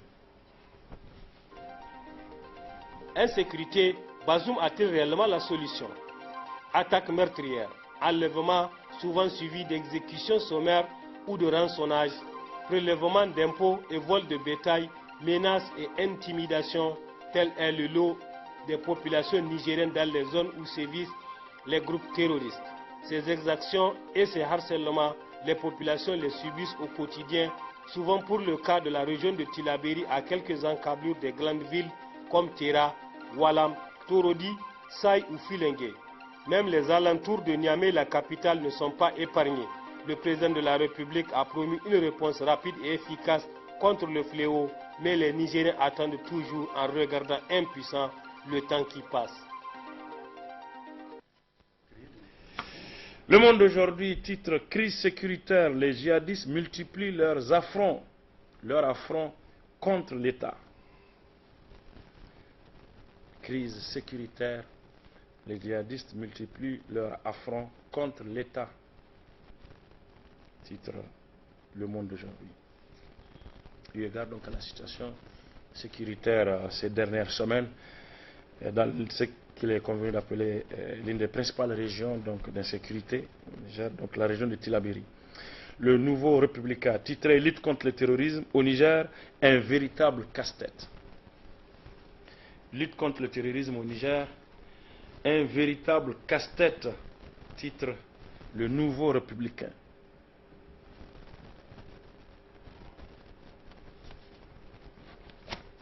Pour essayer de matérialiser tout ça, je propose de suivre ce reportage, en tout cas cet élément de Moustapha Zongoma, notre camarade de la télévision Bonferré, sur la situation sécuritaire à Tillabéri ces dernières semaines. Je propose de suivre. L'occupation du terrain par les groupes armés terroristes en territoire malien et burkinabé est en train de contribuer à la recrudescence de l'insécurité dans la région de Tillabéri. Après l'attaque meurtrière de Bani Bangou le 10 février 2023, ces derniers jours, c'est pratiquement une grande partie des départements de la région qui sont prises pour cible. Samedi 4 mars, le commissariat spécial de police de Makalondi dans le département de Torodi a été à son tour attaqué. Les assaillants ont emporté une importante quantité d'armes et incendié le locaux. Dimanche 6 mars, c'est la commune de Tamou, département de Saï, qui a vu son collège d'enseignement général incendié par des groupes terroristes armés. D'autres communes de la région comme Fandou, Falmaï ou Rodjaladjo sont également sous la pression des groupes terroristes qui menacent population civile et défient les autorités en exigeant et percevant l'impôt. Cette recrudescence de l'insécurité dans la région de Tillabéri intervient dans un contexte où les autorités du pays assurent une montée en puissance de l'armée nigérienne en effectifs et en puissance de feu. Mais aussi et surtout dans un contexte où les Nigériens s'interrogent sur la plus-value qu'apportent réellement les 1300 soldats français accueillis sur leur sol au nom de la lutte contre le terrorisme, une présence militaire française indésirée. En prêtant serment le 2 avril 2021 en qualité de président de la République, Bazoum Mohamed s'est engagé à travers une série d'actions à mettre fin rapidement aux souffrances des populations des régions de Difa, Tawa et Tillabéri, dont la vie est empoisonnée par les rapts, le paiement de rançons, impôts aux groupes terroristes, les extorsions, les enlèvements des animaux et les crimes systématiques. Si pour Difa le pari est tenu, 2 ans après, les populations de Tawa et surtout celles de Tillabéri continuent de souffrir d'une situation d'insécurité qui ne cesse de se dégrader. Oui, la situation est celle-là. La situation sécuritaire se dégrade. Les impôts, les taxes, les enlèvements, le vol de bétail, tout s'opère, ça s'accentue. Et maintenant, même les attaques meurtrières, souvent des positions militaires ou des villages civils, continuent également. Alors, bon, ben, tout à l'heure, Zongoma avait parlé de un peu accalmer la situation stabilisée. Même à Difa, ce n'est pas stabilisé. Jusqu'ici, à Difa aussi, il y a des cas d'enlèvement, et des incursions, aussi. Dans les villes ou les villages. Il faut relativiser. Maintenant, la situation est davantage plus préoccupante dans la région du Tillabéri et un peu Maradi aussi. Parce que quand on parle souvent, on oublie le cas de Maradi, ce qui est en train de se passer à Maradi, où il n'y a pas 1 ou 2 semaines sans que des gens ne viennent du côté du Nigeria pour prendre du bétail, pour tuer des gens, comme on avait dit. On a comme l'impression que il n'y a pas de contrôle, l'État n'arrive pas à contrôler. Malgré le renforcement, comment dirais-je, du dispositif sécuritaire dans ces régions, on a comme l'impression que, bon, il n'y a pas grand-chose qui a changé. Quand on prend les cas récents d'attaque, il semble que ça a circulé sur les réseaux sociaux, les localités, notamment sur Makolondi, mais également Tamou. Il semble que ça a circulé. Mais alors, on a comme l'impression que même quand on dit qu'il faut aux populations de donner l'information, on a l'impression que même quand l'information est donnée, il n'y a pas de réaction rapide pour empêcher à ce que ces gens-là ne passent à l'action. Imaginez que des gens puissent venir brûler un commissariat entier, prendre les munitions, les armes, et arriver à s'enfuir. Ça, on se pose bien des questions. Et qu'ils arrivent aussi à Tamou, ils brûlent le collège. Ça veut dire que pendant qu'on cherche à créer les conditions pour que les enfants déscolarisés du fait de l'insécurité reprennent l'école, ils continuent encore à détruire. Ça veut dire que ces enfants de Tamou, du CSE de Tamou, l'année scolaire, c'est foutu pour eux, n'est-ce pas? Parce que les enseignants eux-mêmes risquent de ne plus revenir dans ce village. Quel est l'enseignant Les enseignants risquent de ne plus revenir. Pratiquement à la moitié de l'année scolaire, qu'est-ce qui reste encore? C'est ça qui fait que on a comme l'impression qu'il y a plus de discours que d'actes. Et ce qui choque davantage, c'est qu'on a fait comprendre que la force française qui est là, elle est là pour nous aider et à en finir avec les terroristes. Mais l'attaque de Ntagamaï, la dernière fois, a prouvé a montré que... Parce que moi, je ne dis pas qu'on peut mettre systématiquement, de manière radicale, on peut mettre fin aux attaques. N'est-ce pas? Mais ces gens, quand ils viennent attaquer, quand même, ce n'est pas des attaques flash. Et comment dire, c'est pas guerre éclair. Quand ils viennent, ils s'installent dans un village, ils peuvent être là pendant 3 heures, 4 heures de temps. N'est-ce pas? Mais qu'est-ce qui fait que, avant qu'ils ne puissent se retirer, on ne puisse pas aller les prendre en machin et les détruire, une bonne fois pour toutes? On a comme l'impression, c'est quand ils quittent que on dit les renforts sont arrivés. Il semble que Makolondi, c'est longtemps après que les renforts sont arrivés. Le lendemain que les renforts. Pour une attaque qui s'est déroulée à 19h, il faut le lendemain pour que les... On se pose bien des questions. Est-ce que c'est pas, on veut abréver les gens de discours, mais sur le terrain concrètement, il n'y a pas grand-chose qui change. Et quand on dit ils viennent du Mali, ils viennent du Burkina, la zone de 3 frontières dont on parle là, on partage ça en commun avec les 3 pays, n'est-ce pas? Les Makolondi, tout ça font partie de la zone de 3 frontières. Les terras font partie de la zone de 3. Parce que les gens ont l'impression que quand on dit, c'est toutes les localités qui sont le long de la frontière. Quand on dit qu'ils viennent du Mali ou du Burkina, ça veut dire que...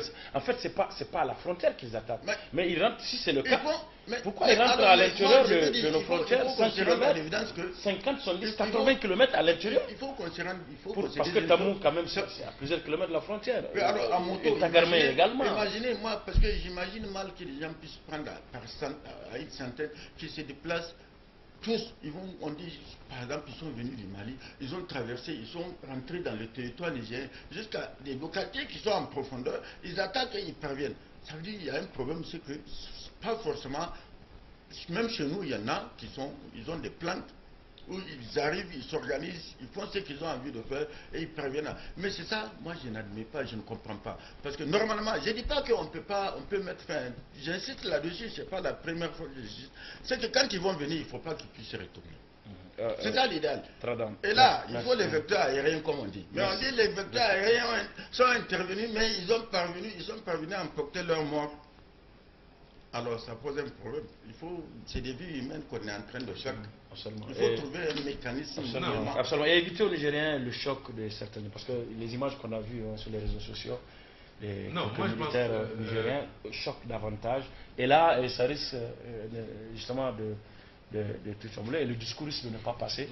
Il faut des actes. Oui, Etrada. Non, je disais que par rapport à l'attaque de Makolondi et la réponse qui a été établie, pour une attaque de 19h, dans ces zones, je ne vois pas quelle est l'armée qui peut se déployer dans la nuit pour aller au contact de l'ennemi. Je ne vois pas.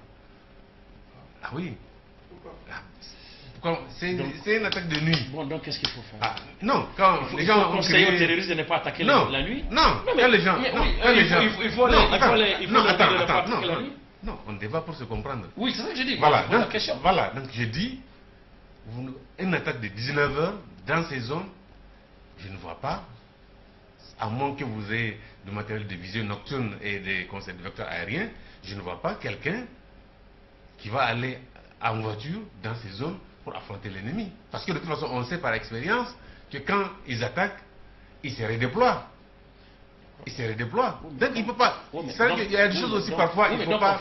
On n'a pas. Il faut empêcher. Non, non. Il y a des positions militaires dans la zone. Quand on parle de la force Garci, je dois pouvoir couvrir cette zone jusqu'à Tamou, n'est-ce pas? Cette force-là, c'est une force qui est là. Ce n'est pas des forces qui vont venir, c'est des forces qui sont... Non, moi j'ai vu ce débat-là, j'ai vu ce débat sur les... Moi je peux être d'accord. L'erreur, s'il y a erreur, si erreur il y a, c'est de ne pas disposer effectivement à Makalondi parce que quand même c'est la première ville entre griffes du Niger. C'est le premier gros village du Niger. C'est la première commune du Niger quand vous rentrez du Burkina. Et c'est pas la première fois. C'est pas la première fois que ce poste a été attaqué. C'est un poste juxtaposé construit par lui ou moi. C'est pas la première fois qu'il a été attaqué. Donc normalement, ce point, il ne devait pas être laissé à la seule main des policiers, à mon avis, qui sont des forces intérieures. Et devait normalement avoir une force militaire, même si ce n'est pas pas une compagnie, mais au moins on devait avoir un peloton qui est là. Mais si on laisse les policiers, effectivement, qui ne sont pas aguerris pour ce genre de combat, parce qu'on dit qu'en général, à 16h, ils replient. Parce qu'en dehors même du facteur sécuritaire, il y a un élément économique assez important à préserver si c'est un poste frontalier. Mais c'est pourquoi je dis, on devait... Donc ça justifie quand même normalement avoir l'armée qui est une protection militaire à ce niveau. Mais ça n'a pas été le cas. Bon, peut-être comme j'ai vu qu'on vient de créer un bataillon sur terrain. Oui, une zone carrément sur terrain. Peut-être ça va être redéployé. Oui, mais moi ma question est la suivante, et ça rapporte ce que vous avez dit, à moins qu'on ait du matériel de vision nocturne ou des vecteurs aériens, mais qu'est-ce qui peut nous empêcher d'acquérir ce matériel de vision? Parce que la guerre contre le terrorisme a commencé depuis le début des années 2010, 2012, 13, oui, ça que j'ai dit, 2010, début 2010 quoi. Non, normalement, 12, 13, 14, 11, mais normalement, si mes informations et on a bien vu que ces terroristes attaquent la nuit. Oui, non, ça j'ai dit, normalement, si et les vecteurs aériens, les vecteurs aériens seront présents dans ce mois de mars là, normalement. Mi-mars, fin mars, on a, en tout cas, on sera équipé sur le plan aérien. Je ne dis pas qu'on aura 1001 vecteurs aériens, mais en tout cas, on aura suffisamment. Ce qu'on a commandé en Turquie là, ils seront là. Je ne sais pas quelles sont vos sources, sauf que certaines autres sources parlent de la présence déjà de ces vecteurs aériens, mais qu'on tarde à les rendre. À les redéployer. À les déployer. C'est ça aussi. Je ne sais pas pour quelle raison, mais il semble que c'est aussi une autre explication à l'absence des vecteurs aériens sur le terrain. Non, moi je n'ai pas eu cette information. Mais en tout cas, moi je sais qui est sûr, on m'a confirmé avec certitude qu'ils seront là fin mars, on aura tous nos vecteurs aériens. Donc, on a même les pilotes, pour le moment ils ne sont pas là physiquement. Moi je ne veux pas rentrer dans ces détails tactiques. Dans tous les cas, quelle que soit l'heure où l'ennemi attaque, vous êtes censé réagir. On a des hélicoptères qui peuvent transporter des troupes. On sait que dans la zone, il n'y a pas de moto. Les motos ne sont pas censées circuler. Les hélicoptères peuvent voler de nuit, ils sont équipés. S'ils décollent à 19h, toute moto qu'on voit dans le secteur, on peut la bombarder, il n'y a aucun problème. Sur le plan tactique, c'est une erreur. C'est une erreur que de laisser les policiers en première ligne. Moi, je l'ai dit ici la dernière fois. Mais ce qu'on constate, c'est que c'est maintenant que, apparemment, les autorités commencent à prendre la mesure du danger. Vous avez vu, la semaine-là, le président a envoyé son chef d'état-major au Mali. À l'heure actuelle. Si on peut voir les images déjà avec notre technicien du jour, Ousseini Abdou. Donc, Pablo, la visite donc, du chef d'état-major des armées, le général Salif Modi, au Mali, il est parti effectivement rencontrer les autorités maliennes, les autorités militaires de la transition malienne. Encore qu'il semble que c'est dans le cadre du CEMOC, hein, c'est le Conseil des états-majors. Mais le problème, c'est la preuve que le Niger seul n'a pas la solution. Alors où je vous parle, qui réunit le Mali, la Mauritanie et l'Algérie. Seulement, moi j'ai vu un peu le truc de Goïta. C'est dans le cadre de la coopération, la redénomination de la coopération militaire entre l'armée nigérienne et l'armée malienne qui a pris un coup de froid. Il a expliqué, après dans son tweet, j'ai vu ça, mais également lui, dans ses interventions, c'est ce qu'il a expliqué. Mais officiellement du côté du Niger, c'est dans le cadre du CEMOC, le Conseil des États-majors. C'est ça que j'ai dit. Moi, je parle officiellement. D'accord, oui, mais sauf que je dis que c'est le Mali, la Mauritanie, l'Algérie. Donc, ce conseil réunit les États-majors de ce pays. C'est dans ce cadre-là. Et le général Salim Koudi en assure la présidence. Non, ça dit que ça là. Le CEMOG a été mis en place par l'Algérie. L'Algérie n'a jamais coopéré. Il ne faut pas se bercer. L'Algérie est un voisin encombrant, si je peux me permettre le terme. Il ne faut pas compter sur le CEMOG. L'Algérie refuse que ses soldats sortent de son territoire, même si la constitution a été modifiée. L'Algérie ne participe pas de manière active. Donc, et ici, aujourd'hui, qu'est-ce qui se passe? C'est que l'Algérie pense pouvoir prendre la place de la France, la place que la France a laissée vacante. Aujourd'hui, est-ce qu'il y a un coefficient de confiance entre les Maliens et nous pour que les Maliens participent aux opérations militaires avec nous, sachant que nos militaires seraient encadrés par des instructeurs français sur le terrain? Ou pourraient être encadrés par les instructeurs. Puisqu'ils disent qu'ils sont à Wallam pour ça. Les légionnaires sont là pour encadrer nos machins, pour les accompagner. Est-ce que les Maliens sont prêts à l'heure où je vous parle, les Burkinabés, eux, ils sont en offensive dans la Tapoua. Nos forces n'y sont pas. Ou alors partager des renseignements d'un certain niveau avec les Nigériens, sachant que cela peut tomber en les mains des Français. Là, il faut agir directement en synergie. Et ceux qui ont bombardé, ceux qui ont attaqué, moi je suis persuadé que les Burkinabés les ont éliminés. Pourquoi? Parce qu'entre-temps, un groupe a attaqué Pachari ou quelque chose comme ça. Pachanga. Diapanga. Non, pas Diapanga, Pachanga d'abord. Parce que les gens se sont repliés à Diapanga. Mais le groupe a été décimé. Et qui est parti sur le terrain en personne? C'est Ibrahim Traoré. Les soldats l'ont même surnommé Tonnerre. Donc il est venu à 7 h du matin pour conduire les opérations. Et c'est lui-même, parce que c'est là que moi j'ai découvert que c'est même un artilleur. C'est lui qui, c'est un artilleur, c'est lui qui donnait, c'est lui qui indiquait là où il fallait que ce que vous appelez le vecteur aérien intervienne. Et ce groupe a été décimé. Avant-hier c'était vendredi, le jeudi, un autre groupe qui sévissait dans la région de Terra a été décimé vers Gorom Gorom. Donc ça veut dire que les Burkinabés agissent. Mais qu'est-ce qui se passe? Ces gens-là, quand ils sont acculés, ils reviennent vers le Niger. Et vous avez vu, France 24 a parlé un peu de ce énergumène-là qui se fait passer pour Al-Anamdi, et qui se dit patron d'Al-Tam. Aujourd'hui qu'il est acculé, il dit qu'il veut négocier avec le Niger. Il va négocier quoi? D'abord, toi, tu n'es pas nigérien. Tu n'es pas malien. Tu n'es pas burkinabé. Toi, tu es algérien. Tu viens, tu recrutes de la chair à canon pour nous attaquer. Tu attaques nos civils, nos militaires. Tu voles nos bétails. Tu prends la zakat. Sans nous déclarer la guerre officiellement. Et aujourd'hui, tu dis non, tu es prêt à négocier parce que l'État islamique est en train de décimer ses forces. Sur quelle base on va négocier? Moi, je pense que le Niger seul n'a pas la solution. Le Mali seul n'a pas la solution. Le Burkina seul n'a pas. Le Bénin seul n'a. Il faut mettre nos forces en commun pour essayer d'anéantir ces gens-là. Et je pense que sur quelque temps, nous sommes capables de le faire. Mais à la seule condition que chacun agisse de manière sincère. Et il faut, d'un côté du Niger, qu'on éloigne les Français de la frontière malienne. Parce qu'ils ne sont pas là, ils sont là pour déstabiliser le Mali. Moi, je pense que si véritablement Bazoum veut s'engager dans la lutte contre le terrorisme avec les Maliens, il faut dégager les Français de Voilà. Et l'enquêteur, justement, l'enquêteur du 8 mars a titré Bazoum Mohamed, donc Bazoum englué dans la lutte contre le terrorisme. Bazoum englué dans la lutte contre le terrorisme. La une du journal L'Enquêteur dans sa parution du 8 mars, donc Bazoum englué dans la lutte contre le terrorisme. Donc Bazoum, façon de dire, Bazoum en parle de stratégie dans la lutte contre le terrorisme. Est-ce que l'envoi du chef d'état-major des armées nigériennes au Mali pour discuter avec les autorités maliennes, justement sur la lutte contre le terrorisme, n'est pas un début de changement de stratégie, peut-être un frémissement dans... Non, nous sommes obligés, aujourd'hui nous sommes obligés... Dans la stratégie... Non, nous sommes obligés d'aller vers les Maliens et les Burkinabés. Ça là, il faut éteindre tout orgueil, toute arrogance. Parce qu'il s'agit de la survie carrément de nos populations. Et même peut-être de nos États. Parce que rien ne vous prouve que ces gens-là ne vont pas attaquer Niamey, rien. Vous n'avez aucune preuve qu'ils vont... S'ils veulent là, ils peuvent attaquer partout. Donc, pour ne pas tomber dans une faillite totale, moi je me dis qu'il faut taire notre orgueil et puis pour essayer d'aller vers... Une fois que la situation est... Ce n'est pas à nous de dire que le Mali doit être dirigé par... Moi je pense que ça ne relève pas de nous. Nous ne pouvons pas nous immiscer dans les affaires maliennes au point de dire non, c'est une jeune, cette jeune-là ne doit pas. Mais quand les Maliens souffraient, vous étiez où? Quand Youssouf a dit que le Niger sera le tombeau de Boko Haram, est-ce qu'à l'époque Boko Haram nous attaquait? Aujourd'hui, le Niger est devenu quoi? Notre propre tombeau.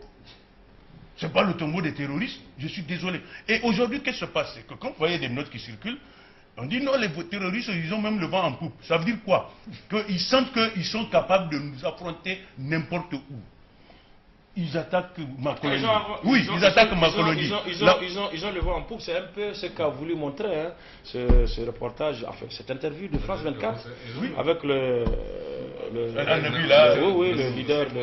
leader, l'émir de AQMI, donc qui a répondu à certaines questions, 17 questions, c'est ça le titre du machin. 17 questions à France 24. On fait partie des pays avec lesquels ils vont négocier. On va négocier quoi, s'il vous plaît? Oui, ça a dérangé beaucoup d'observateurs parce que c'est donné la parole quand même à un personnage de ce type. Moi, je pense. Dans ce contexte-là, c'est quand même assez. Mais c'est là. Non, moi je pense qu'il ne faut pas passer par 10 000 choses. C'est la preuve que ces gens-là ont des acquaintances au niveau de la France, c'est tout. Vraiment, un simple journaliste, qui lui a donné les contacts? Des gens qui ont pu contacter le chef terroriste. C'est le spécialiste du terrorisme. Ça aurait été chez nous là, il sera arrêté. Un journaliste de chez nous qui fait ça là, il va au Niouf. Même en France, je pense que s'il n'a pas la caution des services de renseignement, il ne serait pas dans la position qu'il est là. Oui, Tradam. Oui, Tradam. Je voudrais ajouter une chose. Nos autorités, depuis un certain temps, elles ne fonctionnent que par la force des choses. J'avais dit et soutenu ça. C'est-à-dire qu'il faut qu'elles soient dos au mur pour pouvoir décider. Moi, je suis convaincu que cette initiative, c'est l'armée qui l'a prise. Je dis vraiment, on ne peut plus. On ne peut plus. On n'arrive pas à tenir ces positions. Elles sont dégarnies. Ceux qui doivent les occuper ne les ont pas occupées. Les gens nous assaillent, nous perdons beaucoup. Il faut qu'on trouve une solution B. Et le politique est obligé de... On a dit que la guerre est... Quelqu'un a dit que la guerre est trop sérieuse pour la laisser entre les mains des seuls militaires. Mais malheureusement, ici, on est obligé de la laisser entre les mains des seuls militaires. Parce que tant qu'il y a l'ordre politique, ça ne peut pas avancer. Et aujourd'hui, comme vous l'avez rappelé, les différentes frappes qu'il y a eu dans ces zones, elles sont l'effet des Maliens. Et des Burkinabés. Les Maliens, les Burkinabés ont fait appel aux Maliens. C'est ça qui a été utilisé. Aussi bien sur Gorom, vers Gorom, que ici vers Pandjari, donc c'est les Maliens. Donc aujourd'hui, les Maliens sont, si tu veux, une certaine autonomie en matière aérienne pour pouvoir, en tout cas, juguler un temps. Et cette autonomie, et surtout une certaine souveraineté. Oui, une certaine souveraineté, voilà. En 2 ans. Avec leur vecteur aérien. Donc moi je pense que c'est ça qui a beaucoup joué pour nous, nos armées ont dû convaincre le politique que non, avec ça on peut pas, parce que c'est nous qui mourrons quand même sur le terrain, quoi qu'on dise. C'est les militaires qui meurent, c'est pas les politiques qui meurent, et les civils. Et les civils de ces zones, de la périphérie, voilà, les pauvres civils, c'est eux qui meurent avec les militaires. Donc certainement, ça qui a joué, et on est obligé à un certain moment de les laisser l'autonomie pour pouvoir agir. C'est ça que j'appelle la force des choses. C'est un début de changement de stratégie. Absolument. C'est-à-dire, vous savez, quand on vous donne une mission en tant que chef militaire, vous êtes censé dire aux politiques, voilà les moyens qu'il me faut. Vous n'allez pas dans l'armée, vous n'allez pas à la guerre comme ça, les yeux fermés. Parce que l'émission, c'est ça. Voilà. C'est des moyens. Des hommes et des moyens. Voilà, ma colonie a été attaquée. Normalement, ma colonie ne devrait même pas être attaquée. En tout cas, pas de cette manière-là. Parce que tout le monde sait qu'il y avait des gardes là-bas, des douaniers et un peu des eaux et forêts. On a retiré tout ce monde-là pour laisser en première ligne les policiers. Ce qui est une erreur stratégique ou tactique. Deuxièmement, les policiers ont été attaqués à 19h. Pourquoi attendre qu'il y ait des véhicules pour aller le lendemain? Alors que l'armée française a 1500 hommes ici, avec des avions. Nous avons nous-mêmes nos propres hélicoptères de transport. Nous avons aussi des parachutistes qui sont formés, qui peuvent prendre ces gens-là, on peut les larguer derrière le machin, la ville, pour les bloquer, quel que soit le point par lequel ils peuvent se replier. Tout cela n'a pas été fait. Les renforts ne sont arrivés que le lendemain matin. A dit, la nuit, c'est pas possible. Non, non, il n'y a pas de temps pour la guerre. Il n'y a pas de temps. Avec les moyens non, qu'on a, non, on a les moyens. On a les moyens. Il ne sait pas ce que c'est. On a les moyens d'intervenir à tout moment. Parce que la guerre, ce n'est pas à toi de décider de quand il faut attaquer. C'est l'ennemi qui attaque. En ce moment-là, il faut riposter par tous les moyens. Dire qu'il faut attendre le lendemain, d'abord... C'est pas une guerre classique. Non, s'il vous plaît. Ce n'est pas des choses qu'il faut reprendre, dire que c'est une guerre asymétrique. Là, c'est une guerre à front. Le front est où? Le front est au niveau des trois frontières. Tout le monde sait que le danger est là. Comment vous pouvez laisser des policiers isolés? Comment à Tamou, vous pouvez laisser des gens isolés? Comment on appelle ça à Fondou? Les gens peuvent s'aventurer jusqu'à Fondou, village natal de l'ancien président, pour venir prendre l'impôt, prendre l'ambulance. Non, quand même. Non, ils ont tenté de prendre l'ambulance, ils n'ont pas pu. Non, tout le monde est d'accord. Ils n'ont pas pris l'ambulance. Ça, c'est clair, il y a une erreur. Mais moi, je dis. On parle toujours de stratégie. Je propose de suivre cette analyse de M. Maman Sani, homme politique, acteur de la société civile également, sur la visite du président, enfin, du chef d'état-major des armées nigériennes au Mali. Je propose de suivre. Si le gouvernement du Niger autorise à ce qu'il y ait un rapprochement avec les armées du Mali, c'est qu'il doit avoir ses propres raisons, et ces raisons-là sont liées à la gravité de la situation. C'est quelque chose qu'on aurait dû faire depuis longtemps, d'autant que par le passé, il y avait même eu des opérations communes qui sont plutôt bien déroulées et qui ne nécessitaient pas la présence de troupes françaises. Et donc, si ça peut aller vers une coopération sans l'ingérence des puissances étrangères, ce serait plutôt une très bonne chose. Pour qu'il y ait une synergie d'action, il faut qu'il y ait une entente entre les deux États. Il n'y a pas d'armée indépendante d'un État. L'armée, c'est le pilier de l'État. Si l'armée du Niger entreprend une mission, c'est avec l'autorisation des plus hautes autorités du pays. Ça veut dire qu'il faut que les autorités du Niger revoient leur copie. Et donc, aient un comportement beaucoup plus responsable. Et ce comportement-là, c'est ça qui peut être ouverture pour qu'il y ait des rapports un peu plus sereins. Et donc, pour qu'il y ait une coopération beaucoup plus intéressante et plus efficace entre les deux pays. Mais, tant qu'à faire, il faut prendre son courage à deux mains et revoir sa copie. C'est-à-dire qu'il appartient aux autorités du Niger de faire amende honorable. Ce n'est pas avec la France que nous allons vivre. Nos amis, nos voisins, ce seront toujours des Maliens. La France est à 5000 km. Et donc, il faut bien regarder les choses en face et se dire que si on veut faire quelque chose de manière efficace, il faut le faire avec nos voisins. Et si notre comportement n'est pas favorable à cela, il faut l'arrêter. Donc il appartient aux autorités du Niger de ne pas se contenter de petites visites impromptues comme ça de chefs d'état-major, mais d'avoir un comportement plus responsable vis-à-vis des autorités maliennes. Et c'est ça qui peut permettre de faire bouger les lignes et de finir par avoir des relations un peu plus cordiales entre les deux pays. Et vous savez bien que le bâton n'a pas marché. Pourquoi pas la carotte maintenant? Puisque systématiquement le Mali a une attitude radicale qui consiste à ne plus avoir besoin de relations avec l'État français, et bien maintenant il y a un assouplissement observable qui voudrait que ceux qui sont pro-français fassent une démarche pour chercher encore à renouer les fils, parce que après avoir qualifié de tous les noms d'oiseaux ces autorités, il faut aujourd'hui faire amende honorable et accepter que c'est quand même eux nos voisins, c'est pas la France. C'est la politique de son voisin. Non, mais on ne peut pas faire la politique de quelqu'un d'autre, n'est-ce pas? Nous sommes, non seulement, c'est pas un voisin, n'importe quel voisin. On partage les mêmes populations, on partage une frontière de plus de 800 km, on partage un certain nombre de choses ensemble. Qu'est-ce qui a dégradé la situation? Le comportement de nos acteurs politiques ou de la classe politique vis-à-vis de la jeune. Vous êtes là à critiquer. Parce que quand les gens disent, il y a eu, comme il l'a dit, il y a toujours eu une coopération militaire. Depuis sous la rébellion, où les Nigériens avaient même la possibilité de poursuivre en territoire malien. Et les Maliens aussi en avaient cette possibilité-là. Je me rappelle, il y a un valeureux officier qui était décédé. Dans le cadre d'une poursuite, d'ailleurs, il a été... J'ai oublié son nom, n'est-ce pas? Ça s'est dégradé à la faveur de ceux qui sont actuellement ici au pouvoir, où carrément on prend fait et cause derrière la France pour considérer que ce qu'ils sont en train de faire. Aujourd'hui, c'est avéré, le Mali a renforcé son armée, y compris les vecteurs aériens. Surtout les vecteurs aériens. On parle de 35 ou 36 ils sont opérationnels, ils ont fait les formations nécessaires et tout et tout. Aujourd'hui, quand les gens continuent à crier, ils n'arrivent pas à contrôler. Aujourd'hui, ils ont un contrôle total. Ils peuvent intervenir à tout moment. En tout cas, de leur espace aérien. N'est-ce pas?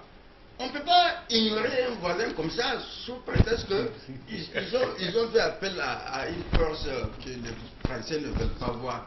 L'entreprise Wagner. À cause de ça, non, nous ne pouvons pas collaborer. Parce qu'eux, ils ont dit que nous, on ne peut pas travailler avec eux. C'est ça qui a choqué le Mali. Le Mali s'est retiré de G5 Sahel. G5 Sahel, c'est ensemble avec le Mali, le Burkina. Mais ils se sont retirés, ils ont suspendu leur... G4 Sahel. Non, G3 même. Mais alors, les Burkinabés sont... Bon, ça c'est en plus à cause du fait qu'on les a empêchés de diriger. Oui, non, mais alors, même bien avant, parce que ça a créé une situation de je dis c'est le prétexte officiel. C'est le prétexte officiel quand on leur a empêché ça. C'était une sanction à l'encontre du Mali. Parce que tout simplement, ils sont avec une force que les Occidentaux ne voulaient pas voir comme Ali, n'est-ce pas? Aujourd'hui, bon, on s'est rendu compte à l'évidence qu'il faut forcément, cette collaboration, il faut que ça reprenne. Parce que si ça reprend, ça nous donne plus de tonus, parce que les Maliens peuvent mettre en contribution leur vecteur aérien là, que nous n'avons pas encore. Ils peuvent mettre en contribution pour nous aider à prendre en sandwich ces gens, n'est-ce pas? Ils l'ont fait avec le Burkina ces jours-ci. Ils ont envoyé, ils ont bombardé. On a vu les images qui ont circulé sur les réseaux sociaux. On ne peut pas. Dans tous les cas, on est tous sur le même destin. Nous sommes liés par le même destin. Et on est voisins. On est voisins. 800 km de frontière. C'est comme le Burkina Faso. On ne peut pas dire non. Nous allons travailler en base clos parce qu'il y a des gens qui sont venus nous aider. Nous sommes capables. Nous ne pouvons pas. Nous ne pouvons pas. Ils parlent de guerre asymétrique. Et de l'autre côté, en synergie qu'on est en train de combattre à la frontière, au sud-est. La ceinture de sécurité entre griffes. Oui, mais laquelle ceinture? L'ont fait. Mais quelle ceinture? On a parlé de ceinture de sécurité au moment où les forces françaises se déployaient. Ça va faire quelle ceinture? Oui, on a vu que cette ceinture-là, elle a été défaite. Merci. Ouais, très bien. Donc, qu'est-ce que de plus absolument. Moi, je pense que on a intérêt à aller dans ce sens. Si les militaires entre eux se départissent des hommes politiques pour pouvoir prendre à bras le corps leurs problèmes, parce que c'est quand même leur mission première, défendre l'intégrité d'un territoire. S'ils le font en symbiose à trois, donc les trois états-majors, s'ils le font, mais nous on ne fera qu'applaudir de demain. Mais en attendant, avant de vous donner la parole, toujours dans le cadre de la stratégie, en attendant, la France est là. L'armée française est toujours là, parce que c'est pratiquement dans le même temps, c'est juste après le retour, du chef d'état-major des armées nigériennes, de cette visite au Mali, que le président a reçu le chef d'état-major des armées françaises, en présence justement du chef d'état-major nigérien, M. Salif Moudi.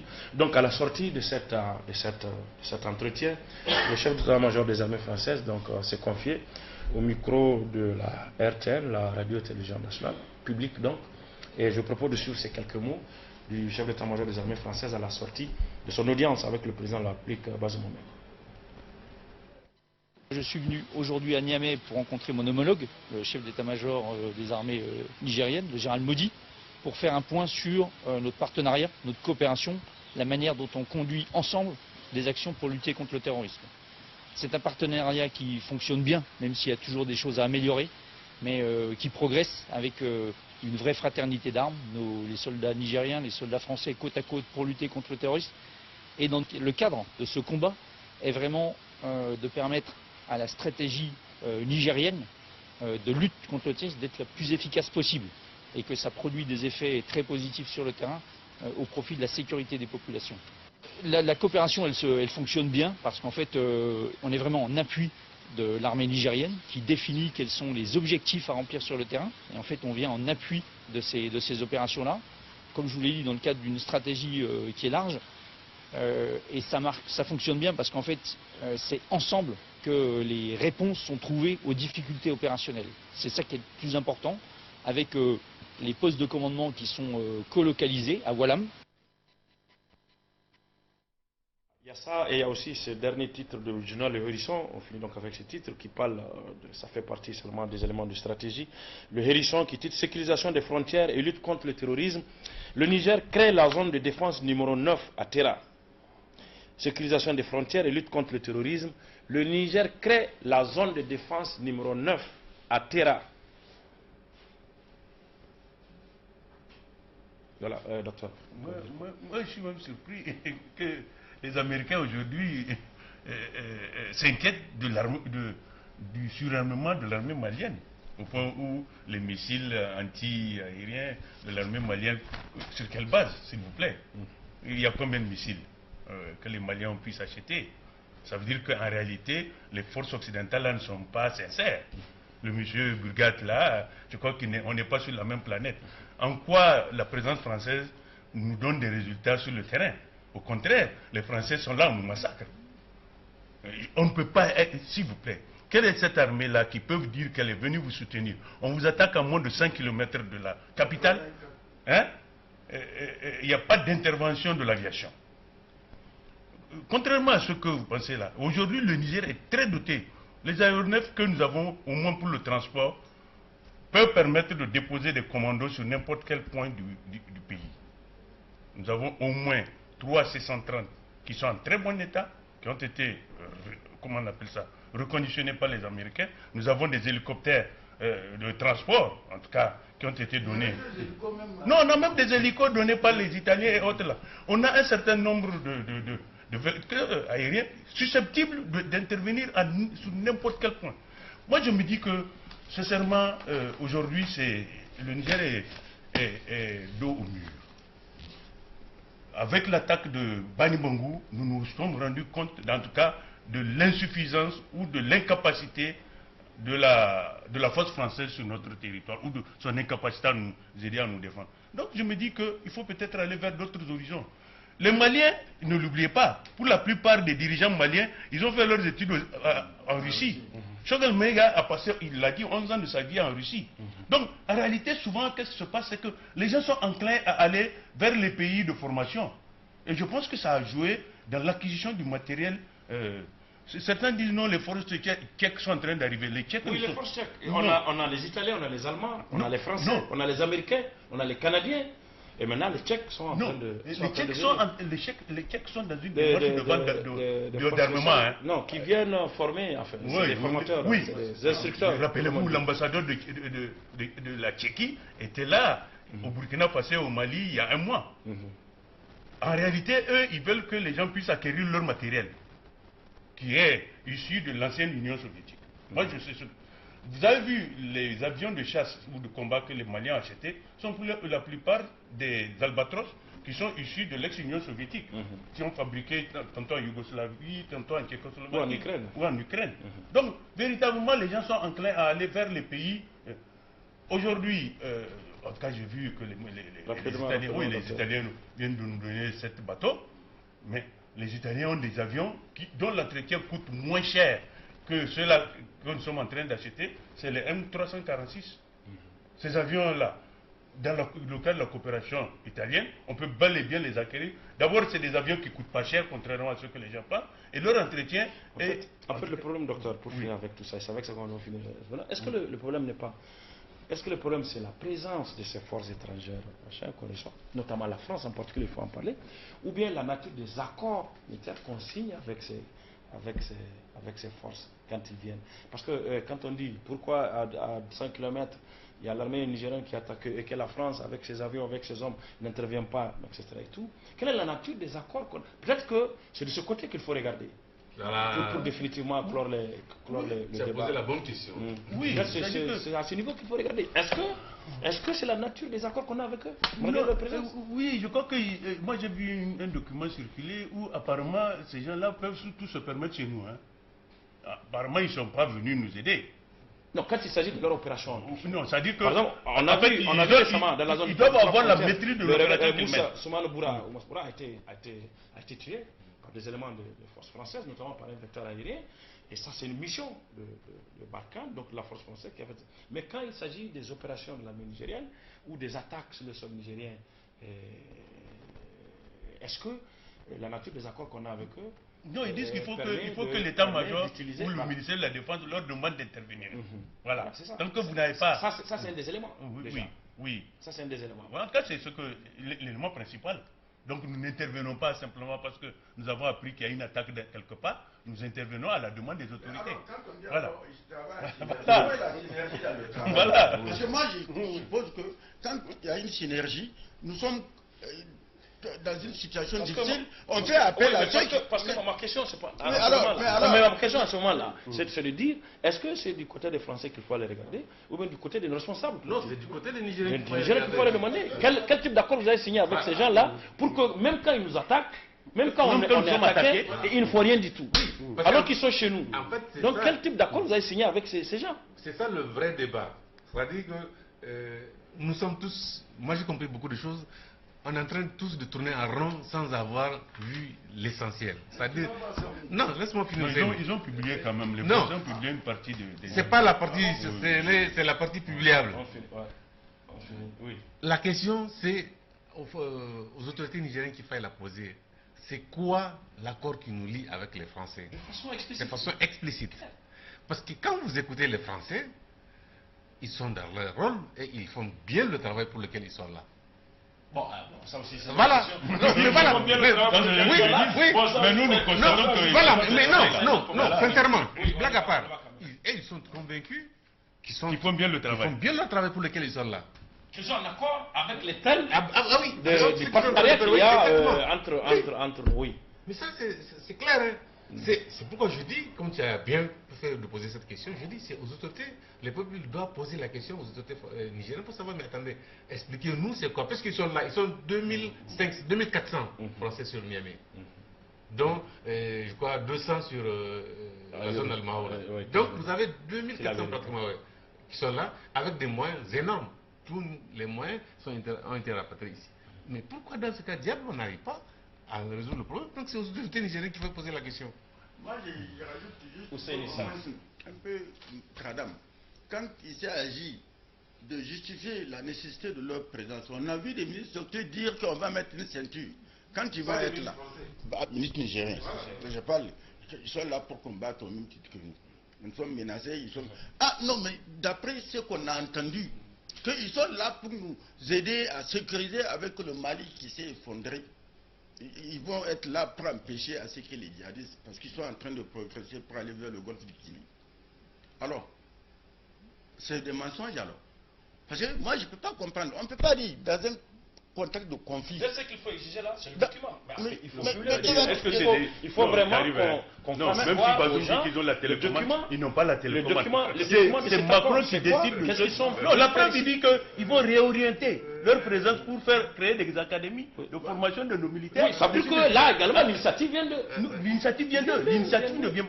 Moi je suis sûr que les gens ont signé n'importe quoi, ils ne savent même pas ce qu'ils ont signé. Non, il faut. Non, si vous voulez comprendre la présence française ici au Niger, il faut lire ce que dit Macron. Il faut écouter ce que dit Macron. Pas ce que dit. Il n'a pas la télécommande. La preuve, Macron dit j'ai décidé. Sans consulter les autres, j'ai décidé de la nouvelle réorientation de nos forces en Afrique. Voilà. De la nouvelle politique française en Afrique. Militaire française. On va créer des académies. Comment tu vas créer une académie avec 2400 hommes? C'est décidé. Mais en fait, vous parlez tout à l'heure de la présence des militaires tchèques. Mais même là, l'information vient du gouvernement tchèque. Ça ne vient pas du Niger. Ça ne vient pas de chez nous. Et il semble que c'est déjà acté. Il reste que le hockey du Parlement. Bon, ça c'est une lettre, c'est comme une lettre. Oui, mais en réalité, moi je pense que ce que j'ai compris derrière les lignes, les Tchèques, eux, ils sont dans une histoire de marketing. Ils veulent vendre leur armement. Voilà. Ils ne sont vraiment pas là pour nous. Merci Hussein Issa. Merci Traoré Daouda. Merci Dr Amadou Bounti Diallo. Merci mesdames et messieurs. Nous avons reçu chez vous pour Presse Plus de cette semaine. Excellente suite des programmes sur la télévision Bonfrère.